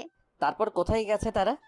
আমি জানি না সেসব। সেদিন সকালে ব্রেকফাস্ট করে বাবা আমাকে স্কুলে পৌঁছে দিয়ে প্রতিদিনের মতো বলেছিলেন, মা, স্কুল ছুটি হলে কোথাও যাবে না, পাপা এসে তোমাকে নিয়ে যাব। প্রতিবারের ন্যায় আমি মাথা নাড়িয়ে স্কুলের ভেতরে চলে গিয়েছিলাম। স্কুল ছুটির পর গেটের কাছে এসে দেখি বাবা এখনো আসেনি। মাঝে মাঝেই তার আসতে দেরি হতো, কারণে আমি দাঁড়িয়ে অপেক্ষা করতে থাকি। কিছু সময় পর কয়েকটা ছেলে এসে আমাকে বলল বাবা নাকি তাদের পাঠিয়েছে আমাকে বাসায় পৌঁছে দেওয়ার জন্য। বাবার কথা মনে করে আমি যেতে রাজি না হলে তারা আমাকে জোর করে নিয়ে যায়। মাঝপথে নিয়ে ওরা আমাকে অনেক মারধর করে। জানেন, আমি অনেক ব্যথা পাচ্ছিলাম। বারবার চিৎকার করে বাবাকে ডেকেছি, কিন্তু বাবা আসেনি। অনেক মারধরের পরে একসময় আমি জ্ঞান হারিয়ে ফেলি। তারপর যখন জ্ঞান ফেরে তখন আমি আয়েশার বাবার কাছে ছিলাম। আঙ্কেল বলল উনি নাকি বাবার কোনো এক বন্ধু, আর বাবাই নাকি আমাকে তার কাছে দিয়ে গেছে। কাজ শেষ হলে নাকি আমাকে ফিরিয়ে নেবে। আপনি জানেন, আমি এখনো প্রতিদিন সন্ধ্যার পরে বাবার জন্য বারান্দায় দাঁড়িয়ে অপেক্ষা করি কখন সে আসবে আর এসে মমকে জিজ্ঞেস করবে আমার পিচ্চু সোনা কই। কথা শেষ করে ফুপিয়ে কেঁদে উঠি আমি। বাবা সব সময় সকালে বের হলে সন্ধ্যার পর নিয়ম করে আসতো। কখনো দেরি হলে মাঝরাতে এসে আমার ঘুম ভেঙে দিত। এতে মম অনেক চোটপাট দেখলেও বাবা সেসবে পাত্তা দিত না। মমের বকা শুনেও সে দিব্যি হেসে খেলে দুষ্টমি করত। হুট করে সেই মানুষটা কোথায় হারিয়ে গেল ভাবলেই বুক ভারী হয়ে ওঠে আমার। ইমাদ কিছু সময় চুপ থেকে উপমাকে সামনে নিতে সময় দিল কিছুটা। তার বাবা মা আর নেই, কথাটা কি করে বলবে সে মেয়েটাকে? বাবা মায়ের ছায়া যতক্ষণ মাথার উপরে থাকে ততক্ষণ তাদের মর্ম বোঝা যায় না, যেটা এখন ইমাদ হাড়ে হাড়ে টের পাচ্ছে। এখন তো সে তার পিছুকে ফিরে পেয়েছে, তাহলে তাদের উপর অভিমান জমানে কি লাভ হবে? দীর্ঘশ্বাস ফেলে সে বলল, তোমার বাবার চেহারা মনে আছে তোমার? আছে। বাবা নামক মানুষটাকে কখনো ভুলবো না আমি। ওনার স্কেচ আঁকতে পারবে তুমি? হঠাৎ আমার বাবাকে নিয়ে গবেষণা করছেন বুঝতে পারছি না। হুট করে একটা মানুষ 12 বছর আগে হারিয়ে গেল, আর খুঁজে পাওয়া যাচ্ছে না, তো এমন বিষয়ে ইন্টারেস্ট থাকবে না? আপনি আমার সম্পর্কে অনেক কিছুই জানেন, কিভাবে জানলেন? তুমি যতটুকু ভাবছো আমি তোমার ব্যাপারে জানি, তার চাইতে বেশি জানি তোমার সম্পর্কে, বুঝলে? মাথায় এত চাপ নিও না, অজ্ঞান হয়ে যাবে। আমাকে নিয়ে আপনারা তো ভাবতে হবে না। তোমাকে নিয়ে আমি না ভাবলে কে ভাববে পিচ্চু? আচ্ছা সেসব বাদ দাও, এখন জলদি স্কেচ এঁকে দাও আমাকে, লাগবে আমার। ইতির বাবার সম্পর্কে খোঁজ লাগাতো। রায়হান আঙ্কেল কিন্তু অনেক ডেঞ্জারাস মানুষ ভাই। তুই ইমরোজ আঙ্কেলের কাছ থেকে সব শুনে আমি হতভম্ব হয়ে বসে আছি। উনি আমার মামা হয়, কথাটা যেন বিশ্বাসই হচ্ছে না আমার। ভার্সিটি থেকে এসে ফ্রেশ হয়ে শুয়ে পড়ার সাথে সাথেই তার ডাক পড়ে। আমি আঙ্কেলের কাছে গেলে উনি কিছুক্ষণ আমতা আমতা করে মম সম্পর্কে সবটা জানায় আমাকে। সেদিন মম মামার কাছে আমাকে দিয়ে চলে গেছিল, আর ফিরে আসেনি কেন প্রশ্নটা আমাকে কুড়ে কুড়ে খাচ্ছে। আমি চোখ বন্ধ করে জোরে একটা দীর্ঘশ্বাস ফেলে বললাম, তুমি আর তাদের সাথে যোগাযোগ করার চেষ্টা করনি মামা? করেছি, কিন্তু খুঁজে পাইনি। তার বেশ কয়েকদিন পরে শুনছি তোর বাবা রাদীপ চৌধুরী নাকি তার স্ত্রীকে নিয়ে বিদেশে পাড়ি জমিয়েছে। মামা শেষ কথাটা শুনে আমি বিস্ময়ে হতবাক হয়ে তার দিকে তাকিয়ে আছি। বাবা আমাকে ছেড়ে বিদেশে চলে যাবে, এই কথাটা কখনোই বিশ্বাস করব না আমি। চোখের জল মুছে বললাম, তোমাকে কে বলেছে এ কথা? আমাকে কেউ বলেনি, তবে আমি শুনেছি। তুমি আসলে কি বলছো মামা? আমি কিছুই বুঝতে পারছি না, একটু খুলে বলো না প্লিজ। আমার চোখে জল দেখে মামা একটু নড়ে চড়ে বসে বলল, পূর্ণা যখন তোকে আমার কাছে দিয়েছিল তখন তোর মাথায় মোটা ব্যান্ডেজ করা ছিল। আমি পূর্ণাকে সেটা নিয়ে প্রশ্ন করলে সে বলল তার স্বামীর অনেক শত্রু, আর সেই শত্রু পক্ষের কেউ নাকি তোকে আঘাত করছে। এখন তোদের থেকে বাঁচতেই তাকে আমার কাছে নিরাপদে রেখে যেতে চাই। আমি পূর্ণাকে আমার সাথে আসতে বললে সে বলে সবার আগে তার মেয়ের নিরাপত্তা নিশ্চিত করা তার দায়িত্ব, তাই সে সেটাই করছে। আর এখন দ্বিতীয় দায়িত্ব হচ্ছে তার স্বামীর বিপদে তার পাশে থাকা। আমি তাকে আটকাতে চাইলে সে না শুনে চলে যায়। তোর বাবা রাদীপ চৌধুরী ছিল একজন বিজ্ঞানী, কোনো একটা আবিষ্কারের লক্ষ্যেই নাকি সে পূর্ণাকে নিয়ে বিদেশে চলে যায়, এমনটাই জানায় সাংবাদিকরা। তারপর তারা আর দেশে আসেনি? জানি না, এরপর না তো তোর বাবা মা আমাদের সাথে যোগাযোগ করছে, আর না তো সাংবাদিকরা অন্য কিছু বলেছে। দু হাতে মুখ ঢেকে বসে আছি আমি, চোখ থেকে টপ টপ করে পানি পড়ছে। কিছুতেই মানতে পারছি না বাবা আর মম বেঁচে থাকা সত্ত্বেও আমার সাথে একটাবার দেখা করেনি। মামা কিছুক্ষণ নীরবে আমার কান্না দেখে তারপর আমার পাশে এসে বসে মাথায় হাত রেখে বলল, আয়েশার চাচাদের দেবর মনে হয় তোর সম্পর্কে অনেক কিছুই জানে। সে জানতে পারে তোর মম আর বাবা কোথায় আছে এখন। মামার এরূপ কথায় হঠাৎ করে চমকে উঠি আমি। মনে পড়ে ইমাদ ভাইয়ের কথা। উনি আমাকে পিচ্চু বলে ডাকে, যে নামটা মম আর বাবা ছাড়া কেউই জানতো না। তাহলে সেটা সে জানলো কি করে? সে হঠাৎ আমার পরিবার সম্পর্কে আর বাবা সম্পর্কে এত উতলা হয়ে উঠেছিল কেন? সবগুলো প্রশ্ন একসাথে মাথায় ঝট পাকাতেই আমি চট করে মামার দিকে তাকিয়ে প্রশ্ন করলাম, তোমার কেন মনে হয়েছে ইমাদ ভাই এসব সম্পর্কে জানে? ছেলেটা সেদিন আমার অফিসে এসে তোর সম্পর্কে অনেক কিছু জিজ্ঞেস করে। আমি তাকে কেন জিজ্ঞেস করছে সে কারণ জানতে চাইলে ছেলেটা বলে সে তার হবু বউ সম্পর্কে সব কিছু জানতেই পারে, এটাই স্বাভাবিক। তাছাড়া ছেলেটা তোর পিচ্চু নামটাও জানে, যেটা বাইরের কেউ জানে না। হবু বউ শব্দ দুইটা বারবার কানে বাজতে থাকে আমার। আমি তার হবু বউ? কিভাবে? আমার সাথে প্রথম থেকে এত খারাপ ব্যবহার করে এখন আবার হবু বউ বলে পরিচয় করিয়ে দিচ্ছে কেন মামার কাছে? আমি মামার দিকে এক পলক তাকিয়ে বললাম, আচ্ছা আমি তার সাথে দেখা করে আসছি। এ সময় দেখা করতে যাওয়ার দরকার নেই অপু, পরে কথা বলে নিস মা। না মামা, আমি এই সম্পর্কে সবটা না শোনা অবধি আমার শান্তি হবে না। আমি একটু আসছি। এখনই যাওয়ার দরকার নেই মা, মাত্র বাসায় এসেছিস তুই। কিছু হবে না। আমি রুমে ঢুকে ফোনটা হাতে নিয়ে বাসার ড্রেস পরে বাসা থেকে বের হই। ইমাদ ভাইকে কল করলে দেখা যায় রিং হতে হতে কল কেটে যায়, কিন্তু তার ফোন ধরার কোনো নামগন্ধই নেই। একবার দুইবার তিনবার তাকে ফোন ধরতে না দেখে আমি থমকে দাঁড়াই। তার সাথে যোগাযোগ না করে কিভাবে তার সাথে দেখা করব? অতঃপর আয়শাকে ফোন করে জেনে নিই ইমন ভাইয়া কোথায় আছে। আমার মন বলছিল ইমন ভাইয়ার সাথেই সে থাকতে পারে। স্বপ্ননিবাস বাড়িতে আগে রায়হান চৌধুরীর ভাই রাফিদ চৌধুরী থাকতো। বাড়িটা রাফিদ চৌধুরীরই। লোকমুখে শোনা যায় রাফিদ চৌধুরী নাকি তার বউকে নিয়ে বাড়ি ছেড়ে চলে গেলে রায়হান চৌধুরী সে বাড়িতে ওঠে। এমনিতে নাকি দুই ভাইয়ের সাপে নেউলে সম্পর্ক। কথাগুলো শেষ করে ফুস করে একটা নিঃশ্বাস ফেলে ইমন। তার কথা শুনে ইমাদ ভ্রুকুচকে বলল, বাড়ি ছেড়ে সে কোথায় যায়? তাকে নাকি খুন করা হয়েছে। তাহলে সে বাড়ি ছেড়ে কোথায় যাবে? তাকে তো উপরেই পাঠিয়ে দেওয়া হয়েছে। আমার বাবা সম্পর্কে কতটুকু জানেন আপনি? হঠাৎ এমন কথায় ইমন ইমাদ দুজনেই চমকে ওঠে। তার চাইতে বেশি অবাক হয় পিছনে উপমাকে দেখে। ইমাদ চোখ কষলে আবারও তার দিকে তাকিয়ে বলল, তুমি এখানে কি করছো? প্রশ্নটা আগে আমি করছি। ইমাদ এক পলক ইমনের দিকে তাকাতেই সে সেখান থেকে প্রস্থান করতে নিলে আমি তার দিকে তাকিয়ে বললাম, কোথাও যেতে পারবেন না আপনারা কেউ। আগে আমার প্রশ্নের উত্তর দেন, তারপর যেদিকে ইচ্ছে সেদিকে যাবেন। উপমার রাগে স্বর শুনে ভরকে যায় ইমান। মেয়ে অনেক বেশি রেগে আছে বুঝতে পেরে মেকি হেসে বলল, ইমনকে এসবের মাঝে টানছো কেন? সে এসব ব্যাপারে কিছুই জানে না। কতটুকু জানে সেটা আমার বোঝা হয়ে গেছে। বলুন আপনি বাবাকে কিভাবে চেনেন? ইমন ভাই আর্ত সমপর্ণের মতো দুই হাত উপরে উঠিয়ে বলল, আমি এসবের কিছুই জানি না। আমি বরং যাই, কেমন সিস্টার? আমি তার দিকে না তাকিয়ে তখনও একদৃষ্টিতে ইমাদ ভাইয়ের দিকে তাকিয়ে আছি। পেছন থেকে ইমন ভাইয়া চলে যেতেই উনি গলা পরিষ্কার করে বলল, তোমার বাবা সম্পর্কে তোমার চাইতেও বেশি কিছু জানি না আমি। শুধু এইটুকু জানার ছিল তিনি কি কাজ করতেন। বিজ্ঞানী ছিলেন উনি। এবার আমার প্রশ্নের উত্তর দেন, আপনি আমাকে চেনেন কি করে? সেটা জানি না পিচ্চু। থ্যাংক ইউ, অনেক বড় একটা তথ্য দিলে তুমি আমাকে। কিসের তথ্য, কিসের কি? হ্যাঁ, আপনি কেন বলেছেন আমার বাবা খুন হয়েছে? সে খুন হয়নি, এখন সে অ্যাব্রোড আছে। চেঁচিয়ে কথাটা বললাম তাকে। বাবা বেঁচে নেই বা তাকে খুন করা হয়েছে, কথাটা শুনলেও বুক কাঁপে আমার, চোখ থেকে টপ টপ করে পানি পড়ে। ইমাদ ভাই হয়তো হঠাৎ এমন কথা শুনে কিছুটা হকচকিয়ে যায়। আমাকে কাঁদতে দেখে সে এক পা এগিয়ে এসে বলল, দেখো পিচ্চু, আমি এখনো শিওর জানি না তোমার বাবা খুন হয়েছে নাকি অ্যাব্রোড আছে। সব কিছুই এখনো অনেকটা ধোঁয়াশার মাঝে আছে। তুমি কিছু মনে করো না জান। কিসের জান? হ্যাঁ, আমি আপনার কোন জন্মে জান হই? আর আমাদের বিয়ে কোন দিন ঠিক হয়েছে? আমাকে নিজের হবু বউ কেন বলছেন মামার কাছে? হবু বউকে হবু বউ বলবো না তো কি বলবো? তুমি বলে দাও কি বলবো।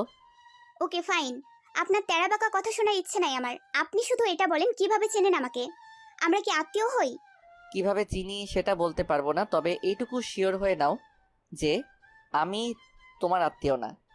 আমি মুখে হাত দিয়ে বসে পড়লাম একটা বেঞ্চে। সবকিছু মাথার উপর দিয়ে যাচ্ছে, কি করব ভেবে পাচ্ছি না।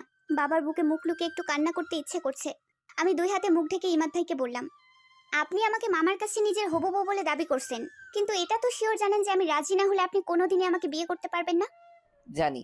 হঠাৎ এসব বলায় উনি অবাক হয়ে কথার জবাব দিয়ে ভ্রুকুচকে তাকায় আমার দিকে। হয়তো বোঝার চেষ্টা করছেন যে কি বলতে চাইছি আমি। তাকে আরো এক ধাপ অবাক করে দিয়ে বললাম, আমি আপনাকে বিয়ে করতে রাজি। উপমার কথায় মনে হচ্ছে আকাশ থেকে টুপ করে নিচে পড়লো ইমান। মেয়েটা এসব কি বলছে, কেন বলছে, কিছু বুঝতে পারছে না সে। নিজের হাতে চিমটি কেটে দেখে নাই সে স্বপ্ন দেখছে কিনা। অতঃপর চোখ খুলে উপমার দিকে তাকাতে সে চোখে চোখ রেখে বলল, কিন্তু একটা শর্ত আছে।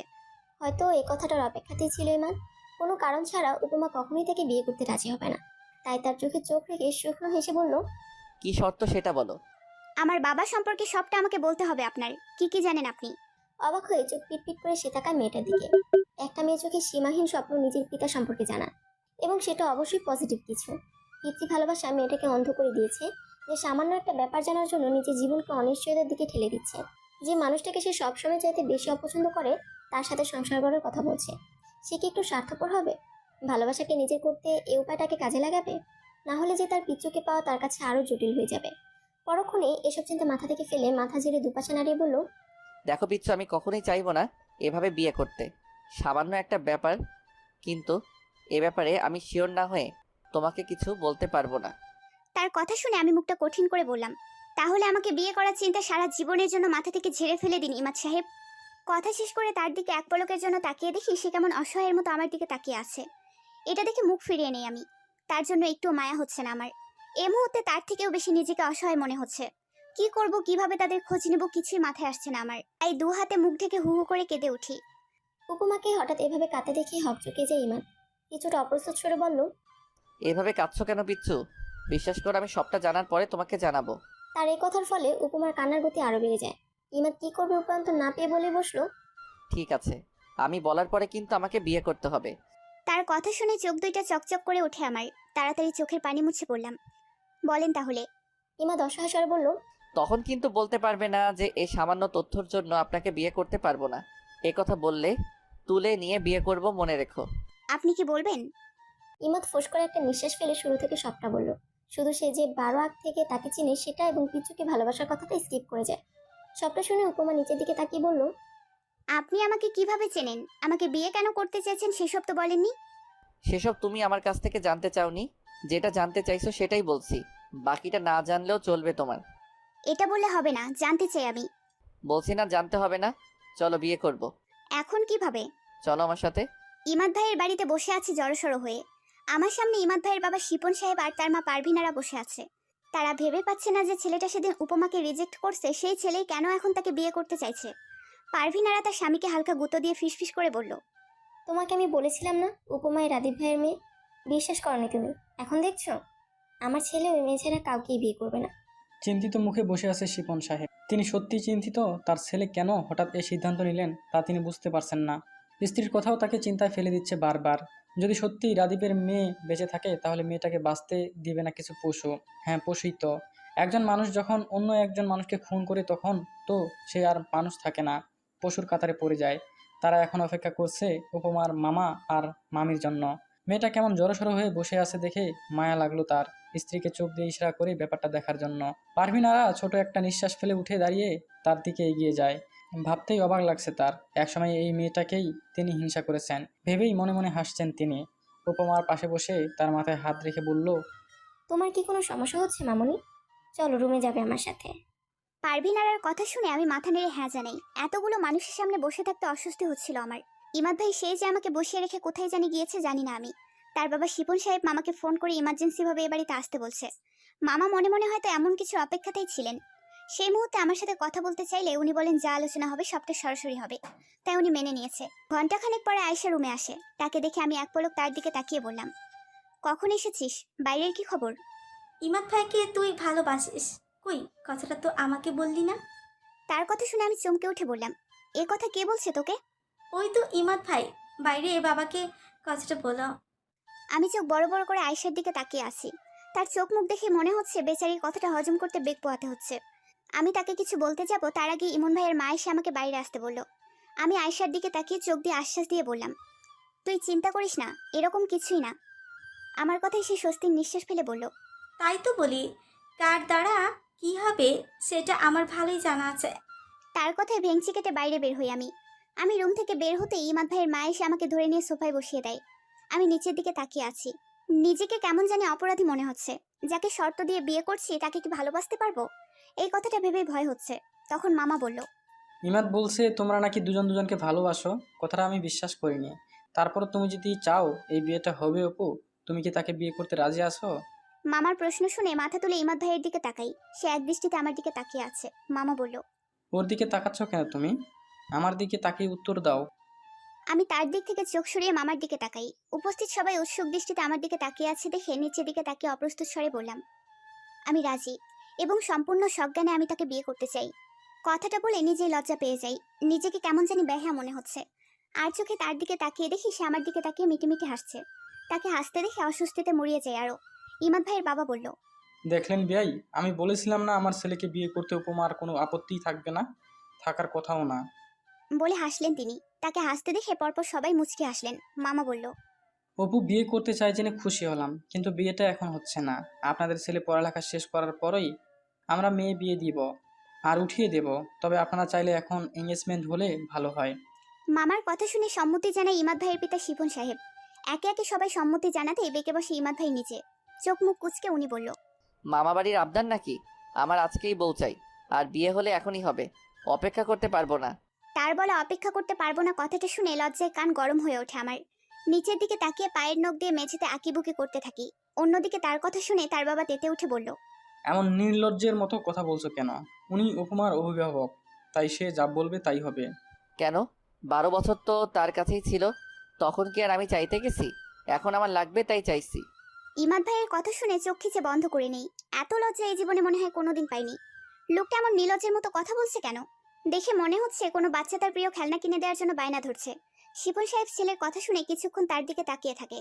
তার ছেলে যে এমনভাবে কথা বলতে পারে তা কখনো ভাবেনি তিনি। 12 বছরের দূরত্বে নিজের রক্তের ছেলেকে এখন অচেনা মনে হচ্ছে তার নিকট। ইমাদ সবার মুখের দিকে তাকিয়ে একবার সবাইকে পর্যবেক্ষণ করে নেয়। সবাই চমকে আছে। মনে হচ্ছে এখানে কোনো সার্কাস হচ্ছে। সে কিছুটা নড়ে চড়ে বসে বিরক্তির শ্বাস ফেলে বলল, ড্যাড, আমি তোমাদের হবু বৌমাকে এখনই বিয়ে করতে চাই। অনেক ছেলে খেলা হয়েছে, একবার যখন সে আমার কাছে ধরা দিয়েছে, তাহলে আমি কেন অপেক্ষা করব? ইমরুজ সাহেব ফোঁস করে একটা নিঃশ্বাস ফেল। ছেলেটা এমনভাবে কথা বলছে যে তিনি নিজেই কথা বলার খেই হারিয়ে ফেলছেন। তিনি আবার ইমাদের দিকে তাকায়। দেখে মনে হচ্ছে সে সত্যি বিয়েটা নিয়ে অনেক সিরিয়াস। তাই তিনি মতামত পরিবর্তন করে বলল, ঠিক আছে, তোমার ইচ্ছেকেই প্রাধান্য দিলাম। আজকেই বিয়ে হবে, কিন্তু উপমা বিয়ের পরে আমাদের বাড়িতেই থাকবে। ওর অনার্স শেষ হলে তারপর অনুষ্ঠান করে উঠিয়ে দেব। ইমরুজ সাহেবের কথা শুনে আটকে উঠে ইমাদ। তার কাছে জিনিসটা এমন মনে হচ্ছে যে বিড়ালের সামনে মাছ রেখে বিড়ালকে পাহারা দিতে বসিয়ে রাখছে, আর বিড়ালটাও নিরুপায় হয়ে পাহারা দিচ্ছে মাছ। সে চোখ মুখ কুঁচকে বলল, বিয়ের পরে তো বউ আমার স্থায়ী সম্পদ হয়ে যাবে। কেউ নিজের সম্পত্তি অন্যের বাড়িতে ফেলে রাখে নাকি? ইমাদ, উল্টাপাল্টা কথা বলছো কিন্তু তুমি। কি বলতে চাও পরিষ্কারভাবে বলো। ধমকে ওঠে শিপন সাহেব।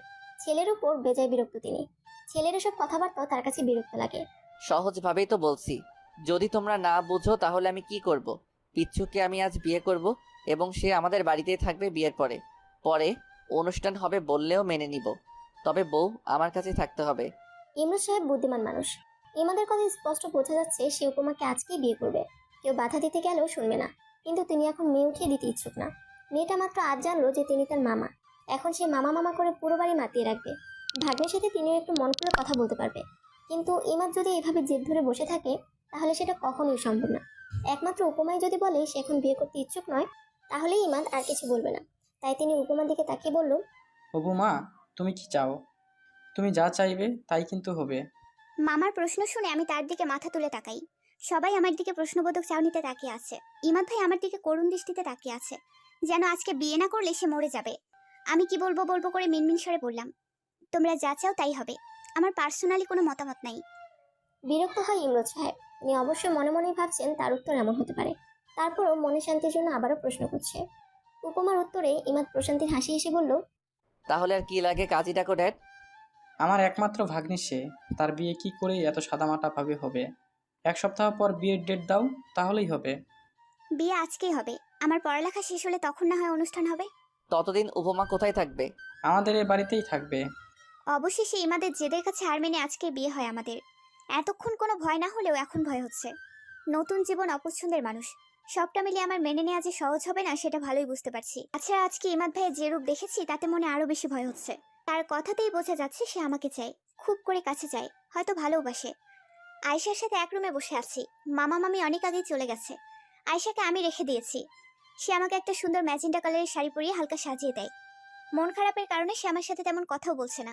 যার সাথে এতগুলো বছর ছিলাম, একসাথে খেয়েছি, ঘুমিয়েছি, কত দুষ্টু মিষ্টি সম্পর্ক ছিল আমাদের, আজ হঠাৎ করে বিয়েটা হয়ে যাওয়ায় তার মন খারাপ। অবশ্য আমার মনটাও যে খুব ভালো তা নয়, নিজের কাছেও প্রচুর খারাপ লাগছে।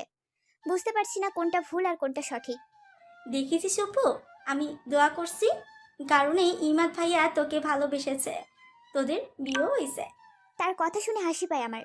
ঠোঁট চেপে হাসি আটকে বললাম, হ্যাঁ হ্যাঁ, তুই চাইছিস কারণেই সবটা হয়েছে। কথা শেষ হতে না হতেই ইমন ভাইয়া হাজির হয়। আয়শা তার দিকে এগিয়ে যেতেই উনি বলল, উপমাকে ইমাদের রুমে দিয়ে আসো, অনেক রাত হয়েছে। গুটি গুটি পায়ে ইমাদ ভাইয়ের রুমের সামনে এসে দাঁড়াই আমি। নক করতে গেলে হঠাৎ দরজা খুলে যায়। আমার সামনেই বুকে হাত গুজে দাঁড়িয়ে আছে ইমাদ ভাই। আকস্মিক ঘটনায় হক চুকিয়ে যাই আমি। ইমাদ ভাই বলল, ভয় পাচ্ছ কেন, রুমে আসো। বলেই সে নিজে আমার হাত ধরে টেনে নিয়ে যায় রুমের ভেতরে। ইমাদ ভাই রুমের মাঝামাঝিতে এনে আমাকে ছেড়ে দিয়ে বলল, কিছু বলবে তুমি? তার এই কথাটারই অপেক্ষায় ছিলাম আমি। তড়িগড়ি করে বললাম, না মানে হ্যাঁ, আসলে বিয়েটা আমার ইচ্ছেতে হলেও মেনে নেওয়ার জন্য আমাকে একটু সময় দিতে হবে আপনার। সে তুমি যত ইচ্ছে সময় নাও, আমার আপত্তি নেই, দিন শেষে তুমি আমার হলেই হবে। সেদিন তার সাথে এতটুকুই কথা হয় আমার। তার পরের দিন সে কোথায় জানি হারিয়ে যায়। শাশুড়ি মায়ের কাছ থেকে শুনেছি সে নাকি কোনো কাজে রাজশাহীতে আছে। তার সাথে মাঝে মাঝে ফোনে কথা হয় আমার। সম্পর্কটা এখন আগের তুলনায় একটু হলে উন্নতির দিকে গেছে। তাকে মন থেকে মেনে নেওয়ার চেষ্টা করেছি। তার সব সত্তাকে বই পড়ার মতো করে আয়ত্তে নিয়েছি নিজের। যে মানুষটা আমার কাছে একসময় ছিল কঠিন কোনো বস্তু, সে এখন আমার সবচেয়ে প্রিয় মানুষের খাতায় নাম লিখেছে। শাশুড়ি মা আমাকে সবটাই বলেছে। 12 বছর পূর্বে তার সাথে আমার কিভাবে দেখা, কিভাবে সে আমার জন্য পাগলামি করেছে, সবটা শুনে অবাক হয়েছি আমি। আমার জন্য যে কোনো একজন মানুষ এত পাগলামি করবে কখনো ভাবনাতেও আসেনি। এত সব সুখের ঘটনার মাঝেও আমার মনে শান্তি নেই। ইতিয়াপুর বাবা আর আমার বাবা ভাই ছিল। বরাবরই তিনি রাদীপ চৌধুরীকে হিংসা করত, কিন্তু তার বাবা মায়ের জন্য কখনো তা প্রকাশ করার সুযোগ হয়নি তার। তাই যখন রাদীপ চৌধুরী পূর্ণাকে নিয়ে পালিয়ে বিয়ে করলো, তখন তার ভাই রায়হান চৌধুরী তার বাবা মাকে খারাপ কথা বলে উস্কে দিয়েছিল, যার কারণে ছেলের বিরুদ্ধে গিয়ে তাকে বাড়ি থেকে বের করে দেওয়া হয়। এত কিছু করার পরও রাদীপ চৌধুরী ভেঙে পড়েনি। নিজের ক্যারিয়ার এবং বউ নিয়ে দূরে সরে গিয়েছিল কেবল। এই দূরে সরাকেই কাজে লাগিয়ে নিজের বাবা মাকে ব্ল্যাকমেল করে সম্পত্তি সব নিজের নামে করে নেয় রায়হান চৌধুরী। এত কিছু করেও সে খুশি ছিল না। তার সব সময় নজর ছিল ছোট ভাইয়ের ক্যারিয়ার, টাকা পয়সার উপরে। তাই রায়হান চৌধুরী কৌশলে রাদীপ চৌধুরীর শত্রুদের সাথে যোগাযোগ করে তাকে দেশ থেকে চলে যেতে বাধ্য করে। রাদীপ চৌধুরীকে চাইলেই সে মেরে ফেলতে পারত, কিন্তু ভাই কারণে নিজেকে কন্ট্রোল করে নিয়েছে রায়হান চৌধুরী। ভাইকে দেশ থেকে তাড়ানোর আগে ভাস্তিকে খুন করার চেষ্টা করে, এবং তিনি জানেন যে উপমা মারা গেছে, তাই তিনি শান্ত আছেন এখনো। সবকিছু শোনার পর কয়েক পলক স্তব্ধ হয়ে বসেছিলাম আমি। কোনো মতেই বিশ্বাস হচ্ছে না আমারই চাচা আমাকে খুন করার চেষ্টা করেছিল। ঘৃণা হচ্ছে চাচার ওপরে। কি করে সে তার ভাস্তির ওপর এমন নিষ্ঠুর কাজ করতে পারে? চোখ বন্ধ করে একটা দীর্ঘশ্বাস ফেলে সেখান থেকে উঠে যাই। আজ 15 দিন পরে ইমাদ বাড়ি ফিরেছে। তাকে দেখে মনটা খুশিতে নেচে ওঠে। এই কয়েকদিনে অনেক শুকিয়ে গেছে উনি। আমি গুটি গুটি পায়ে তার সামনে গিয়ে দাঁড়ালে উনি বলল। শ্বশুর বাড়িতে দিনকাল কেমন কাটছে ম্যাম? তার প্রশ্নে আমি চোখ মুখ কুঁচকে বললাম, একদমই নিরামিষ, মানে স্বামী ছাড়া যেমন কাটার কথা আর কি। আমার কথা শুনে উনি ঠোঁট কামড়ে হেসে ফেলে, হাসতে হাসতে বলল। তার মানে স্বীকার করছো তুমি আমায় মিস করছো, তাই তো? আমি গাল ফুলিয়ে বললাম, মিস করলেও কি, কারো কিছু যায় আসে নাকি? উনি আমার দিকে হালকা ঝুঁকে নাক টিপে দেয়, গালে ঠোঁট চেপে বলল। এতগুলো মিস করছি, যতটা মিস করলে ছুটে আসতে ইচ্ছে করে ঠিক ততটা। আমি কিছুটা পিঞ্চ করে বললাম, ও তাই, এ কারণেই বুঝি রাজশাহী থেকে ফিরতে 15 দিন লাগিয়ে দিয়েছেন। কাজ ছিল। তাকে আর সেদিকে প্রশ্ন না করে আমি বললাম, ফ্রেশ হয়ে নিন, আপনাকে অনেক ক্লান্ত লাগছে। উনি মাথা ঝাঁকিয়ে তাওয়াল নিয়ে ওয়াশরুমে চলে যায়। আমি রুম থেকে বের হই তার জন্য কফি বানানোর জন্য। ডিনার করে রুমে চলে আসি আমি। ইমাদ তখনও নিচে বসে সবার সাথে আড্ডা দিচ্ছিল। কেন জানি সবার সঙ্গ বিরক্ত লাগছে। বারবার বাবা আর মমের কথা মনে পড়ছে। তারা আমাকে ছাড়া দিব্যি সুখে আছে নিশ্চয়ই। একটু ভালো করে বেঁচে থাকার জন্যই হয়তো আমাকে মামা বাড়িতে ফেলে রেখে তারা ওই দূরদেশে পড়ে আছে। আচ্ছা, বাবার কি আমার কথা মনে পড়ে না? আজ খবর পেয়েছি রায়হান চৌধুরীকে নাকি পুলিশের কবলে নিয়ে গেছে। তার কয়েকটা অপকর্ম সবার সামনে এসেছে। আমার কেন জানি বারবার মনে হচ্ছে ইমাদ আছে এসবের পেছনে। উনি রাজশাহী হয়তো প্রমাণ জোগাড় করতেই গিয়েছিল, আর সেসব প্রমাণ পুলিশকে দেওয়ায় তারা তাকে অ্যারেস্ট করেছে। ইতিয়াপু অনেক কান্নাকাটি করছে, ইমাদের কাছে এসে বারবার করে অনুরোধ করছে তার বাবা নির্দোষ, তাকে যেন ছেড়ে দেয়া হয়। কিন্তু উনি সেসব কথায় কান দেয়নি। সবকিছু আমি অবাক চোখে শুধু পর্যবেক্ষণ করছি। তাকে দেখে পাষাণ মনে হচ্ছে। কোমরের শীতল হাতের স্পর্শ পেতেই কেঁপে উঠি আমি। পরপরই ঘাড়ের শীতল স্পর্শ অনুভব করি। বুঝতে অসুবিধা হয় না মানুষটাকে। আমি চোখ বন্ধ করে তার হাত খামচে ধরি। আস্তে আস্তে তার স্পর্শ গভীর হতে থাকে। তার নির্লজ্জের মতো হাতের বিচরণে কেঁপে কেঁপে উঠি আমি। আমাকে তার দিকে ফিরিয়ে সারা মুখে ভালোবাসার স্পর্শ এঁকে দিতে থাকে। আমি এক হাত তার বুকের ওপরে রেখে অপর হাতে তার টি শার্টের একটা অংশ খামচে ধরি। উনি আমার ঠোঁটে গভীরভাবে ছুঁয়ে দিয়ে বলল, আমার অনেক সাধনার ফল তুমি পিচ্ছু, অনেক ভালোবাসি তোমায়। আমি জোরে জোরে কয়েকটা নিঃশ্বাস ফেলে তার বুকে মুখ লুকাই। উনিও তার বক্ষ পিঞ্জরায় আবদ্ধ করে নেয় আমাকে, যেন ছেড়ে দিলেই কোথাও পালিয়ে যাব আমি। উনি আমার মাথায় হাত বুলিয়ে দিতে দিতে বলল, মন খারাপ করছে পিচ্ছু? আমি চোখের জল আড়াল করে বললাম, আপনি আমার পাশে থাকলে হাজার মন খারাপও আমাকে ছুঁতে পারবে না। আমার কথা শুনে তৃপ্তির হাসি হাসে সে চুলের ভাঁজে ঠোঁট ছুঁয়ে দিয়ে বলল, মন খারাপ করে না জান, আমরা খুব শীঘ্রই প্যারিস যাচ্ছি। কে আছে ওইখানে? তোমার বাবা আর মা আছে, তাদের কাছেই যাব। তার দিক থেকে চোখ নামিয়ে নেই আমি। ফোঁস করে একটা নিঃশ্বাস ফেলে বললাম, কোথাও যেতে হবে না আপনার। আমি তাদের সাথে দেখা করতে চাই না। আমার থেকে হয়তো এমন কথা আশা করেনি ইমাদ, তাই তো অবাক দৃষ্টিতে আমার দিকে তাকিয়ে বলল, কি বলছো তুমি পিচ্ছু? আঙ্কেল আন্টির সাথে দেখা করতে চাইছো না, এটা কোনো কথা? এক হাতে চোখের জল মুছে রাগী গলায় বললাম আমি, হ্যাঁ আপনি যা শুনেছেন ঠিকই শুনেছেন। যারা আমাকে ভুলে বেঁচে আছে তাদের কেন মনে করতে যাব আমি? স্বার্থপরের পরিচয় দেয়নি। তারাও হয়তো ভালো নেই তোমাকে ছাড়া পিচ্ছু। না থাকুক, আমার কিচ্ছু যায় আসে না। তারা নিজেরা দেশের বাইরে যেতে পারছে, অথচ আমাকে নিতে পারেনি। কেমন বাবা মা তারা? আচ্ছা ঠিক আছে, আমরা যাব না, মন খারাপ করো না তুমি। আমি আছি তো, আমি থাকলেও মন খারাপ করবা? আমি মাথা নেড়ে না জানিয়ে তার গলা জড়িয়ে ধরে আবারও বুকে মুখ লুকিয়ে বললাম, আপনার এই ভালোবাসার ঋণ শোধ করবো কিভাবে আমি ইমাদ? কাউকে এত বেশি ভালোবাসতে নেই, জানেন না আপনি? আমার কথায় ফিক করে হেসে দেয় উনি। এক হাতে টান দিয়ে তার সাথে মিশিয়ে নিতে নিতে বলল, ভালোবাসার আবার ঋণ হয় নাকি পাগলি? ভালোবাসার বিনিময়ে শুধু ভালোবাসতে হয়। ঠিক আছে, আমি না হয় আপনাকে এতগুলা ভালোবাসবো কেমন? আমার বাচ্চা বাচ্চা কথাই হেসে ফেলে উনি। জীবন সুন্দর, যদি সেই জীবনের সাথে জড়িয়ে থাকে নিজের ভালোবাসার মানুষ, তার সাথে কাটাতে পারে সারাটা জীবন, তাহলে সেই জীবনও হয় ধন্য। ভালোবাসার আমরণ বেঁচে থাকুক, সেই সাথে বেঁচে থাকুক ভালোবাসার মানুষ।